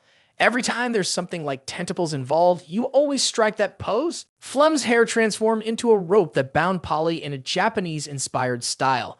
The rope connected her physical form with the emotional energy of her spirit. The Dark Knight's nosebleed is even worse now. Why does it have such a strange, detailed description? Polly complained, frustrated. This is a controlling magic. I can't believe she's a sorceress. A holy staff beside her was also tangled in the rope. Not just controlling magic, this power. She's a saint-level sorceress. The Dark Knight observed the situation, thinking, Flem is the deputy official who's always by the protagonist's side. I naturally know her well from the records. Spirit Ear, also known as the Dark Elf, is a formidable enemy to nearly all other elves. They carry the natural arrogance of their race, but unlike the elves who strictly adhere to rules or those who follow an ascetic lifestyle, Spirit Ear embraces a hedonistic philosophy in a society that's always filled with fear and cruelty. But the biggest difference is their faith. Every Spirit Ear worships the Spider Queen as their goddess and the matriarch as the one closest to the boss, most favored and trusted. Polly, with her hands raised high, felt the rope tighten, wrapping around her chest. If she weren't a demigoddess, it would be nearly impossible to defeat the Spider Queen, a saint-level sorceress. I'm sorry, I put you in danger. The Dark Knight stood facing Flem. No, with Flem's personality, she wouldn't give her all here. Escaping wouldn't be hard at all. What mainly distracted him, though, was the image that flashed in his mind, the Saintess's thighs and backside, bound and exposed in a way that was both dazzling and provocatively Japanese. The rope wrapped tightly around her chest, curling down beneath, slipping between her buttocks. It passed over that sensitive spot, looping around, folding her legs and pulling them apart. It was enough to make anyone lose focus. Suddenly, a strand of hair shifted beside her, catching Polly's attention. It shot straight toward the Dark Knight. Polly shouted, "Watch out." Unfortunately, the hair wrapped tightly around him. Flem pushed up her glasses, grinning smugly. The monsters around them laughed loudly. Ha ha ha, fool. Flem's spider silk can't even bind the hellish dragons anymore. Flem Sama is unstoppable. Then her eyes narrowed. Something was glowing in the sky. A sword was coming at lightning speed. The Dark Knight broke free from the webbing, grabbed the sword, and swung it with great force. The blade sliced through the rope, freeing Polly and the holy staff. This can't possibly be cutting through my mistress's webbing, Polly thought, quickly stepping forward. Taking advantage of the moment, he hurled the holy staff over his shoulder and bent his knees, preparing to leave. Flem, holding her sword out, pointed it at him and asked, "Who are you really? I will never let you pass." The two charged at the enemy. Flem was startled by the overwhelming sense of pressure that suddenly hit her, a massive force coming from the Dark Knight. He passed right through her, leaving her stunned and speechless. A few strands of her hair were severed as she stood frozen, unsure of what had just happened. Her legs trembled, and she glanced down at the cut hair, wondering if she was still alive. Flem knelt down, and the monsters around her grew anxious. "Lady Flem, are you okay?" one of them asked. "I'm fine," she replied. "Immediately send someone to track them down. Issue an arrest warrant." "Yes, milady." She held a severed lock of hair in her hand. For the first time in her life, she felt such intense oppression. Being alive wasn't a matter of luck. It was because he didn't want to kill her. Her fist clenched tightly as she ground her teeth in humiliation. Who exactly was he? The Sword Saint of the Empire, the legendary human leader of the Adventurers Guild, known for his outdated methods. The Saintess was important, but she was just a symbol of the church to inspire the faithful. Sending out a legendary figure from the Adventurers Guild was a high-risk, high-reward move. One of the monsters spoke up. "Lady Flem, should we inform His Imperial Highness, the Crown Prince? Maybe he can take action and deal with those two."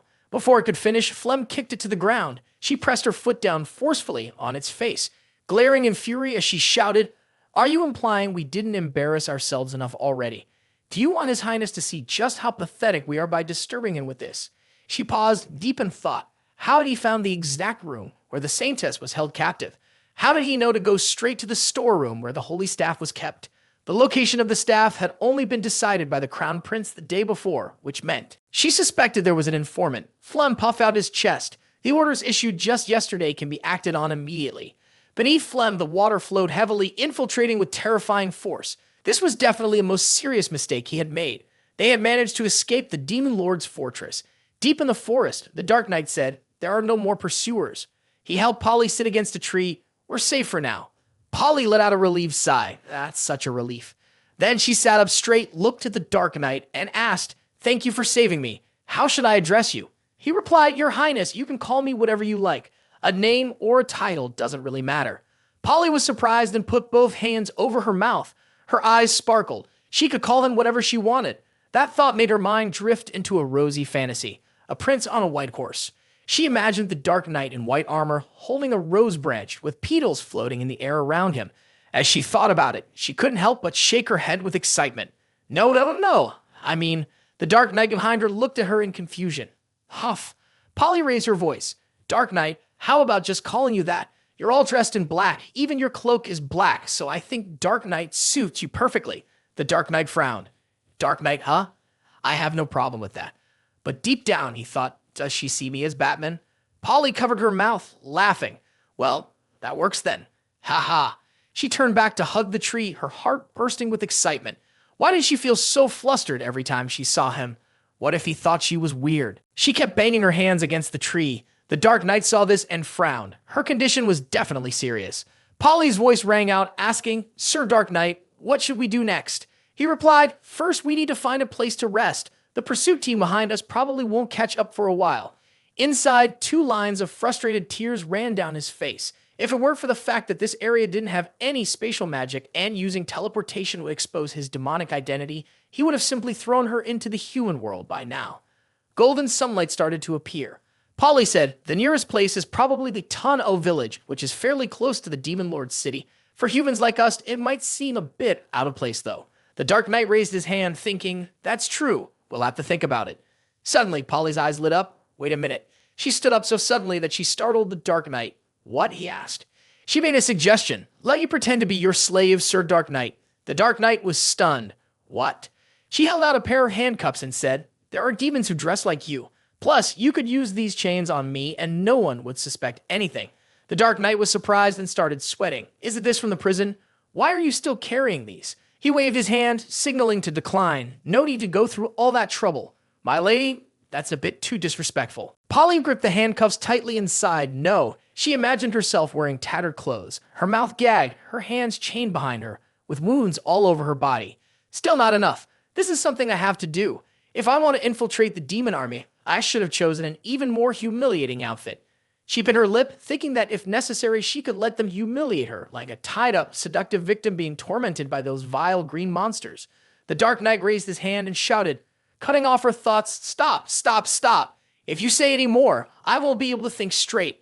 He tossed the handcuffs aside, making it clear there was no need to think any further. Let's just get going, Your Highness. Polly was taken aback. Huh? You're really not going to think about it a little more? She grew worried. This small town has been lost ever since the Demon King's army started its invasion. Inside the town, there must have been mass slaughter and debauchery. I'm afraid that after many years, this place will become a paradise for all the hellish demon races. The street was lit by the soft glow of yellow lights as the 2 of them entered a tavern. Ha! The tavern is crowded. They picked a table and sat down. Polly was surprised. How was this possible? The Dark Knight looked around, finding it hard to believe. Luckily, news from the Demon King's city hasn't reached here yet, so no one recognizes you. The table was filled with delicious food. This is honey glazed roast meat, fried chicken, seafood soup, and bread for the 2 of you, the waiter said. Polly asked in shock, how can there be such a rich variety of food? Shouldn't resources be scarce because of the war? The waitress replied, scarce resources? I see your outfit. You too must have come from the front lines, right? Since the Imperial Army conquered this place, our lives have been getting better and better. Polly responded, better and better? How is that possible? Wasn't this land once the domain of a noble duke? The waitress sighed. That was before the Demon King's army arrived and took control under their rule. Whether in agriculture or trade, we were forced to give up 4/5 of our income. Hearing this, Polly slammed the table and stood up, outraged. How could the taxes be that high? That's not allowed. An old man from the table next to them chimed in. Huff, it seems like you were once a noble lady. You probably don't know much about the outside world. For those miserable folks, 4/5 is already quite merciful. He continued, in years of famine, they would take 6/5. Plus, every year we had to do forced labor without pay. My daughter was killed by a marble slab while working on their palace construction. The first thing the Demon King's army did when they took over was strip the Duke of all power and status. Then they introduced 20 types of taxes. Finally, our lives were freed. Polly asked, and what happened to the Duke's family? The old man replied, what? Of course, they were killed. Polly collapsed back into her chair, her eyes full of rage. She gritted her teeth, gripping her skirt tightly, her body trembling. She angrily said, those wicked demons, slaughtering innocent people like that. No, no, the old man asked. No, no, she replied. He set his mug down. The people around them smiled at her. They say that we hung them from the streetlights one early morning. The still lake, surrounded by countless large trees, reflected the calm scene. Polly, standing behind, looked at the Dark Knight and anxiously asked, the Demon King's army is really terrifying. If this keeps up, they'll gradually break the Alliance's order. Isn't that exactly what the people want? Polly then asked the Dark Knight for his opinion. Sir Dark Knight, what do you think? The Dark Knight glanced at Polly and said, the situation is definitely more serious than I imagined. But in contrast to the calm, cold exterior behind his mask, Lucifer Morla's face twisted in distress as he grabbed his hair, silently screaming inside, "This isn't right. I abolished the nobility to provoke the Allied forces, imposed 21 types of taxes to stop the Demon King's army. How did it turn into what the people want?" At the same time, Minos, happily munching on a pile of paper, cheerfully said, "Delicious." Thinking about this, the Dark Knight smiled faintly. Fortunately, all the internal affairs had been handed over to Minos to handle. In the future, he would definitely come up with countless ways to mess things up. Returning to the matter at hand, the Dark Knight glanced at Polly, thinking that the most urgent task now was to quickly get the Saintess back. Before he could take action, a voice suddenly rang out from behind. "Lady Saintess, we finally found you." Seeing a stranger, the Dark Knight quickly drew his sword. In an instant, he was behind the unfamiliar blonde man, his hand gripping the man's head while the sword pressed against his neck. The stranger, panicked, tried to explain. "Wait, I'm with the resistance against the Demon King's army. I'm a good person." Hearing that this person wasn't a bad guy, the Dark Knight lowered his sword, allowing the blonde man to escape death. He quickly began to explain the situation of the rebel army. "That's right. We've heard that the Holy Maiden was saved from the Demon Lord's castle by a mysterious person, and we guessed she might pass through this area, so we've been waiting here." The more he spoke, the more excited he became. Many people who had turned their backs on righteousness didn't hesitate to serve the Demon Lord's army, but the flame of justice would never die. Our rebel army will definitely overthrow them. After hearing this, Polly clasped her hands together in admiration and said, "So, there are still rebels standing strong in this land." Returning to the main topic, he turned to ask Polly and the Dark Knight, while the Knight gave him a look of disdain from the side. "You two probably don't have a place to stay yet, right? Under the moonlight is my castle. We have a secret base where we can arrange a place for you to rest." Through the window, light from the lamps shone clearly. Holding a glass of wine, he raised it and shouted loudly, "Cheers." At the long table, sitting on one side were the Holy Maiden and the Dark Knight, and on the other side were his guests. Raising his glass, he looked at Polly and smiled, asking, "Miss Holy Maiden, aren't you going to drink?" Polly raised her hand to indicate, "I'll pass. We avoid all addictive substances like alcohol. This is the doctrine we followers must adhere to." After hearing Polly's response, someone spoke up. "That's a real shame." At that moment, he pointed to his own chest before introducing himself. "Right, I forgot to introduce myself. My name is Eden Gunther. Because of my accomplishments, my ancestors were granted the title of the Gunbrad Baron." He looked at the four people across from him and continued, "These people here are all freedom fighters of the Resistance Army." As Eden Gunther introduced them, the Dark Knight showed clear signs of disappointment. He thought to himself, "At first, I was hoping this resistance group might cause me some trouble, but it turns out they're just old nobility. I have already issued orders to wipe them all out. Why don't I have any memory of them?" Behind Eden Gunther, a figure with silver hair could be seen in the background. Eden Gunther didn't notice and casually raised his glass, continuing to speak. "Perhaps the two of you have heard of our achievements. The Demon Lord's army has been blocking information about us, but we've let our territory to grow more and more." The person with silver hair having 2 ears was walking and listening to Eden Gunther's conversation. But ever since the Demon Lord arrived, everything had changed. That Demon Lord's army.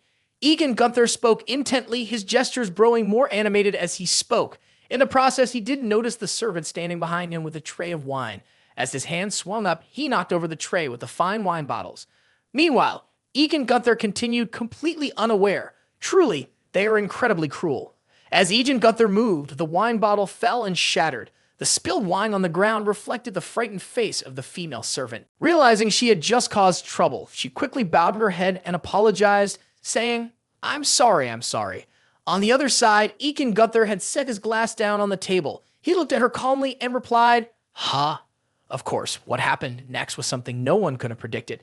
Just moments earlier, he had been calm, but in an instant, he turned and slapped her across the face, causing her to cough up blood. After slapping her, Eden Gunther yelled, "What's your problem, you filthy dog?" The maid collapsed to the ground, trembling in fear, and stood there staring at Eden Gunther before asking, "Do you even know what you're doing?" Without hesitation, Eden Gunther viciously kicked the girl lying on the floor, then shouted, "Even if I sold your entire animal family, I still wouldn't be able to buy a bottle of wine like that." Grabbing one of her ears tightly, Eden Gunther cursed, "Worthless trash." He yanked her ear hard, lifting her up despite her pain. As he continued to insult her, he added, "If I hadn't bought you all, Do you really think you'd be alive right now? You're just as useless as your whore of a mother, you filthy dog. At this point, even Gunther looked up, raised his hand, and got ready to strike again. The maid, eyes brimming with tears, had a once pale face now marked by a deep red bruise on one cheek, and blood dripped from her mouth. At first, she kept her eyes closed, but then she opened one of them. Polly couldn't watch any longer and quickly stepped forward to stop her, grabbing tightly onto Egan Gunther's raised arm and commanding stop. Egan Gunther looked up in surprise. Holy maiden. Not wanting to offend Polly, Egan Gunther pointed at the person lying there and laughed, saying, I was just teaching this disobedient servant a lesson. Besides, she's a heretic, a savage cast aside by the gods. This is exactly what the church always tells us. Polly immediately disagreed, on the contrary. But right now, with the Demon King's army invading, no matter the race, we should set aside our prejudices and unite as one. Do you understand what I mean? Egan Gunther didn't say anything else, but simply replied, I understand. I understand now. Polly bent down gently and asked, Are you okay? Faced with such unprecedented kindness, and with Polly so close, the maid's face turned slightly red. She stammered, I'm fine. Polly, hearing that, reassured her, I'm the holy maiden Polly of the church. Polly used healing magic on the maid, asking while treating her, Does it still hurt? The maid hesitated before answering, It doesn't hurt anymore. Polly looked at her with soft, sparkling eyes. After receiving the healing, the maid couldn't help but quietly marvel. So amazing. Polly smiled and pulled the maid's head into her arms. The maid, caught off guard by the sudden gesture, blushed. Polly, with both hands holding the maid's head, closed her eyes and savored the soft feeling. So soft, so cute. This is part of the healing too, right? It doesn't hurt, does it? What's your name? The maid, still in Polly's embrace, answered when she heard the question. I don't have a last name. My name is Papa. As soon as Lucifer Morla heard the name Papa, his face changed dramatically. Papa, behind the Black Knight's mask, nothing was visible, but inside, Lucifer glanced at Papa in disbelief. The girl with the amel ears, Papa, a member of the brave team tasked with hunting down the Demon King, was the one now smiling as she embraced Polly, laughing joyfully. That tickles? Haha. He guessed that Papa's future identity would be that of a future demigod. For now, she was just one of the heroes of this world. In the game Prisoner of the Demon King, as it progressed toward the later stages, a team of brave heroes would emerge to fight the Demon King. Among them, there was a girl with animal ears carrying a large sword. Each member of this team was a demigod, and the character specializing in physical damage was the girl with the animal ears. Papa, when her sword swung down, it would cause a tremendous shock. It had a high critical hit rate, high damage output, high mobility, high armor penetration, high magic resistance, and on top of that, she had boss form during her transformation, making her a huge obstacle that caused many players to hit a wall. At that moment, the Dark Knight was stunned. Could it be the same person? Looking at Papa, happily holding Polly, the Dark Knight began to think differently. The Papa in the game had white hair and 2 different colored pupils. Her appearance here had no connection to the crazy warrior from the game. Could it just be a coincidence that they shared the same name? Egan Gunther saw the two of them happily chatting and couldn't hide his discomfort. After a moment, he bowed slightly and said, Lady Saint, I'll use my connections to directly take the 2 of you to the border, but I'd appreciate it if you could stay for a few more days. The room and hot water are ready. Polly looked at Egan Gunther and thanked him. Thank you, sir. After saying that, Egan Gunther turned and walked toward the back. The 3 Dark Knights, Polly and Papa, didn't notice the scheming look in Egan Gunther's eyes. I'll take my leave now. At the hot springs, one of the Dark Knights, hands covering his face, lifted his leg up and let out a soft sigh. His head was wrapped in a cloth, and his face was still hidden by a black mask. While picking his nose, the Dark Knight muttered, this is really disappointing. I still can't remember much. The information I can recall is so little. He tried to remember the first time he played the game, thinking he probably skimmed through Papa's introduction. But who would pay close attention to the story in a game like this? As he soaked in the hot water, the Dark Knight kept thinking, Hot springs, huh? That seems like a scene that has the high chance of appearing. Normally, wouldn't it be because of the other person? Meanwhile, in another part of the hot springs, Polly was enjoying her bath when she suddenly heard a voice. Lady Saint, don't you think you're being a little too extreme in how you're handling things? Polly responded to the holy staff. Do you also think I handled this incorrectly? She turned her back, and the holy staff spoke again. You're misunderstanding me. I did mean that, but have you ever thought about the fact that we can't stay here forever? Polly closed her eyes and listened as it continued. While you're here, maybe that Duke won't do anything to her, but what will happen if we leave? Polly opened her eyes when she heard the next words. In the end, will we be helping her or will we be hurting her? At this point, its eyes narrowed. Huh, forget it. To be honest, I have something more important to ask. In a corner of the room, it was tightly bound, still shouting, leaving me alone and isolated outside. Why bind me up like this? Polly responded, it's not convenient to carry it with me right now. Isn't that a perfectly normal thing? The holy staff was in the room. Papa entered, holding a towel, and it kept talking. Of course it's not. Even though on a staff representing the highest holiness of the church, someone still needs to help me bathe, don't they? After hearing that, Polly repeated the words to herself. Someone needs to help bathe. She bit her lip. At this moment, she thought of the Dark Knight. His strength was extraordinary, and surely his background must be noble.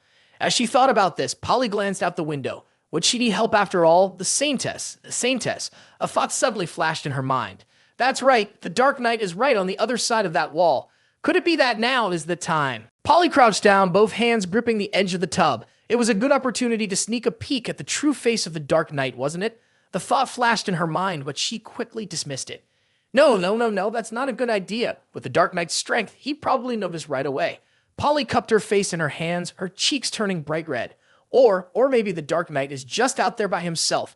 Her eyes widened, thinking it could be just like the stories in the books. In her imagination, the Dark Knight was lifting her chin, his eyes full of allure. Your Highness, the Saintess, I've gone through countless hardships to rescue you. Surely, you should repay me accordingly, don't you think? At the thought of that intense scene, Polly wrapped her arms around herself.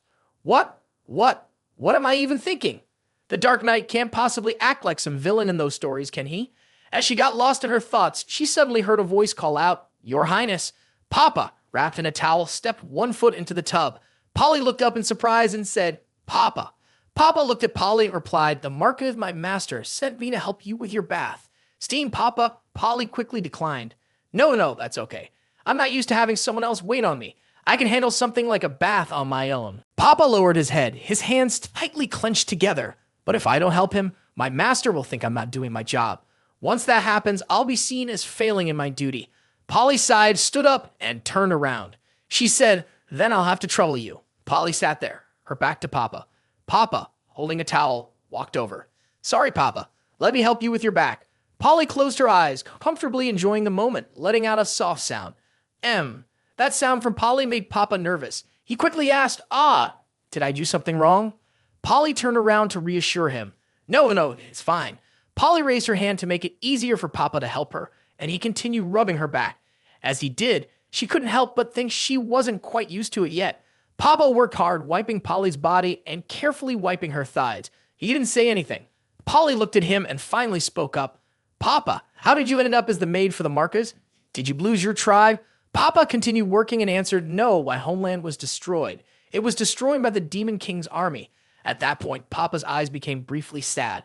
He remembered the chaos from when he was young, when his mother held him and ran for their lives. Papa shared how, before the Demon King's army invaded, the Human Kingdom's army had taken them both. They were captured and put in a cage. He and his mother were sold to the Marcus household. His mother always wanted to escape and take him with her. But 4 years ago, my dad and mom managed to escape, splitting up and going in different directions. When we were fleeing, we were discovered. My mom told me to split up and go east. While we were running, my dad got tangled in some tree roots, but I was too foolish to help. Right in front of me, my poor dad, kneeling there, was still captured by Count Egan Gunther. Hearing this, Polly asked worriedly, What about your mom? My dad's eyes lit up when he looked at Polly. It seemed like my mom had escaped, but his face quickly fell. After all, it seemed that was just something my dad hoped for. My mom probably made it out for sure. He continued, I'm not sure, but she'll definitely come back for me. She will. Polly smiled, relieved that there was still hope. After hearing my dad's story and considering how badly he'd been treated by Count Egan Gunther, Polly started to think the church might oppose slavery, but they only seem to care about slavery between humans. As for beastmen who don't follow the main god, they see them as heretics who deserve to be hanged. But is that really right? The voice of the holy staff of Aujin whispered in Polly's ear, Saintess, I must remind you, you are doubting the church. Polly felt a little sad, but before she could say anything, it continued, This is incredibly disrespectful. Don't speak any more of it, Saintess. This isn't something you can change. Just enjoy yourself. Polly stretched and sighed. That feels so good. Thank you, Papa. I feel so much better. Papa, holding a towel, smiled and said, It's the least I could do. When Polly casually walked out without anything on, Papa quickly called out, But are you really going outside like this? Aren't you going to cover up? Polly replied, It's just the two of us here. What's the big deal? Besides, the Dark Knight is on the other side. Polly pushed the curtain aside and Papa froze in place behind her. But before he could say anything, the words, "There's only one hot spring," were already leaving his mouth, as Polly had already stepped into the next room. Polly, completely naked, was startled when she saw the Dark Knight lounging in the hot spring, a white towel covering his face. Polly hugged her chest, turned her face away, and awkwardly said, "Sorry, I must have come into the wrong room." There was no response. Polly looked at the Dark Knight, his face covered by the towel, relaxed in the water. Oh, he must have fallen asleep. It's no surprise he must have gotten so comfortable that he dozed off. Taking advantage of the fact that the Dark Knight hadn't woken up yet, Polly quickly made her move. It was a perfect opportunity. He hadn't noticed her yet. She tiptoed, moving quietly step by step. As she got closer, with her body fully submerged in the water, Polly's eyes sparkled, her hands covering her face as she stared at the Dark Knight. It was the perfect chance to sneak a peek at his true appearance. She gently lifted the towel off his face. Polly silently reminded herself, "Be gentle, be quiet." Polly's cheeks flushed as she focused intently on the Dark Knight. This was an important moment. She wanted to see what the face behind the mask looked like. Slowly, Polly began to pull off the cloth, carefully lifting it up, but she only managed to get as far as his nose. That's when she caught his gaze. The Dark Knight had woken up. "Aha," he said, catching her in the act. Polly froze, unsure how to react. In a panic, she pushed the cloth back into his face, all while trying to explain, "It's a misunderstanding." She used all of her strength to push his head down, her face scrunching up as she said, "It's not like that." The Dark Knight still wore his black face mask, quickly sitting up. As he rose, something he didn't want to reveal became visible, making Polly awkwardly cover her face. "What's going on?" Polly asked, flustered. "The enemy ambushed us. A monster invasion," the Dark Knight replied. Polly's cheeks were still red as she quickly turned to him, her eyes tightly shut. I'll go right away." At this point, the Dark Knight was still confused, not able to make out who was standing in front of him. "Who's there?" Polly's legs brushed against his, and she awkwardly tried to stand up, only to end up pressing her chest right into his face. Staring at Polly's chest, the Dark Knight froze, caught in the awkwardness of the moment. It felt like something straight out of an adult novel. Panicking, Polly shouted loudly. Meanwhile, in Egan Guther's castle, he was wrapping his hands while cursing Dan for such a lowly beast slave daring to treat me like this. If the Saintess really likes that little wolf so much, then I might as well just give her to him. Looking at the letter on the table, Egan Gunther muttered to himself, "So the news has finally arrived." This letter was crucial to his plan. As he thought about it, a cold glint flickered across his face. To achieve his goal, the price to be paid was inevitable. Polly opened her eyes, her cheeks flushed, and looked around in a daze. "Did I pass out from soaking too long? Where is this?" She tried to sit up, but suddenly felt an unfamiliar hand behind her. Polly, dressed in a soft black nightgown, looked both alluring and vulnerable. Standing behind her was Lucifer Morla. He gently touched Polly, his gaze filled with possessiveness. "So, you've finally woken up." Polly gasped and instinctively moved backward. "Demon King, what are you doing here? Where is Lord Black Knight?" Morla chuckled, a smug expression on his face. "He has already become my feast." Polly's eyes widened in horror as she looked down at the ground where only an empty suit of armor remained. She screamed, "Lord Black Knight." Lucifer Morla slowly stepped closer to Polly, his hand tightening around her, his gaze burning with desire. "Now it's your turn." Polly trembled, trying to back away, her voice faltering. Wait, what? What do you want?" Morla smirked, his eyes glinting with amusement. What else but to enjoy a feast? He lifted Polly's chin with his fingers, his gaze dark and dangerous. In the silent space, only the sound of their heavy breathing remained. Polly woke up abruptly. It turns out it was just a dream. Why did I dream about that? The nightgown she was wearing was a sheer one. Polly sat there, and behind her, someone was adjusting her dress. "The young lady has woken up. It seems you had a nightmare. You're all sweaty," someone said. "I'll help you change," the voice continued. Polly was surprised and asked, "Help me change?" "But Papa, why are you here?" she asked. Papa held some papers in his hand and explained to Polly, "The Lord of the Manor asked me to deliver these to you, along with the deed documents to hand everything over to you." Polly forced a smile. "No slaves, please. I don't like slaves. The teachings also don't allow clergy to follow a system of slavery, and I don't need help with daily life." Papa quickly replied, "But if I don't serve you as a slave, the Lord of the Manor will think I'm unemployed." Feeling helpless, Polly gave in to her father's wishes.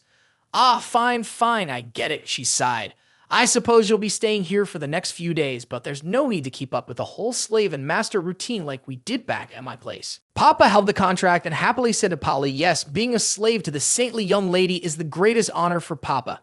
Seeing Papa so happy made Polly feel a little sad. She seriously responded to him, "Papa, no one is born to be a slave." Taking the contract from Papa's hands, Polly asked, "The contract paper, has the Marquis already given it to me?" Papa answered, "Yes." Polly nodded and said, "Good." Holding the paper in her hand, Polly spoke seriously to Papa. Slavery is terrifying, but what's even worse is finding joy in the life of a slave, to actually enjoy it. With that, Polly tossed the contract into the air. Under her magic, the paper caught fire, and Polly said, "You are not a slave, and you don't need to call me your mistress." When Papa heard that he wasn't a slave, he worriedly asked, "But if I'm not a slave, what role can I have to stay by the Saintess?" Tears welled up in Papa's eyes. Polly gently patted his head and, looking at him, replied, "A friend. Besides, don't you want to find your mother? Being a slave next to me wouldn't make that very easy." Hearing Polly, Papa realized that he could look for his mother and also be a friend. His eyes lit up, and he repeated the words he had just heard. "Friend, mother." He hugged Polly and happily said, "Meeting this saintly young lady is Papa's greatest honor." Polly blinked at his sweet gesture and said, "All right, but we need to leave soon, so we should prepare some dried food." Polly stood up and said, "Papa, you should go tidy up a bit too." Papa excitedly raised his hand, volunteering to go buy something. "If it's for shopping, let me go," he said. After speaking, Papa quickly ran outside, and all that could be seen was the brief flash of his figure. "Miss Saint, hurry up and have breakfast. The great Black Knight must have arrived by now," Polly said. Hearing this, Polly smiled and pulled herself together. She quietly thought, "I just said to forget it. The Black Knight must have been waiting for a while." At that moment, Polly opened her eyes, and without realizing it, she remembered what had just happened. She hugged her head with both hands, lying back on the bed, her legs kicking up in the air. "Ha ha, I'm thinking about it again. How could I have done that last night? How am I supposed to face the Black Knight now?" Meanwhile, Papa was walking toward the forest ahead, happily talking to himself as he went. "Great, I can finally go outside and look for Mom." Holding a bamboo basket, the more Papa thought about it, the more excited he became. "I won't let Miss Saint down." Suddenly, Papa stopped, feeling a strange presence in the air. Surrounded by this eerie aura, he knew exactly who it was. The bamboo basket dropped to the ground. The presence of the Demon King's army was felt and was completely different from the one stationed at the town. Looking toward the castle, the aura of the Demon King's army was intense, coming from high-ranking demons. Why were they here? And why was the scent growing stronger? Had the Saintess's side been discovered? "Run back quickly!" Papa pushed himself to sprint toward the castle, needing to get back and warn them as soon as possible. The door creaked open slightly, and Papa threw it wide, shouting loudly, "Lady Saintess, the Demon King's army has found us. We must—" Before Papa could finish, the sight before him froze him in place. Egan Gunther was sitting in a chair, his face twisted in a vicious snarl. As soon as he heard a sound, he turned toward them. And it wasn't just Egan Gunther at the table. There was also a Dark Knight. Polly was lying there, struggling to push herself up. With what little strength she had left, Polly whispered to Papa, "Papa, run." Papa stared wide-eyed at the scene in front of him.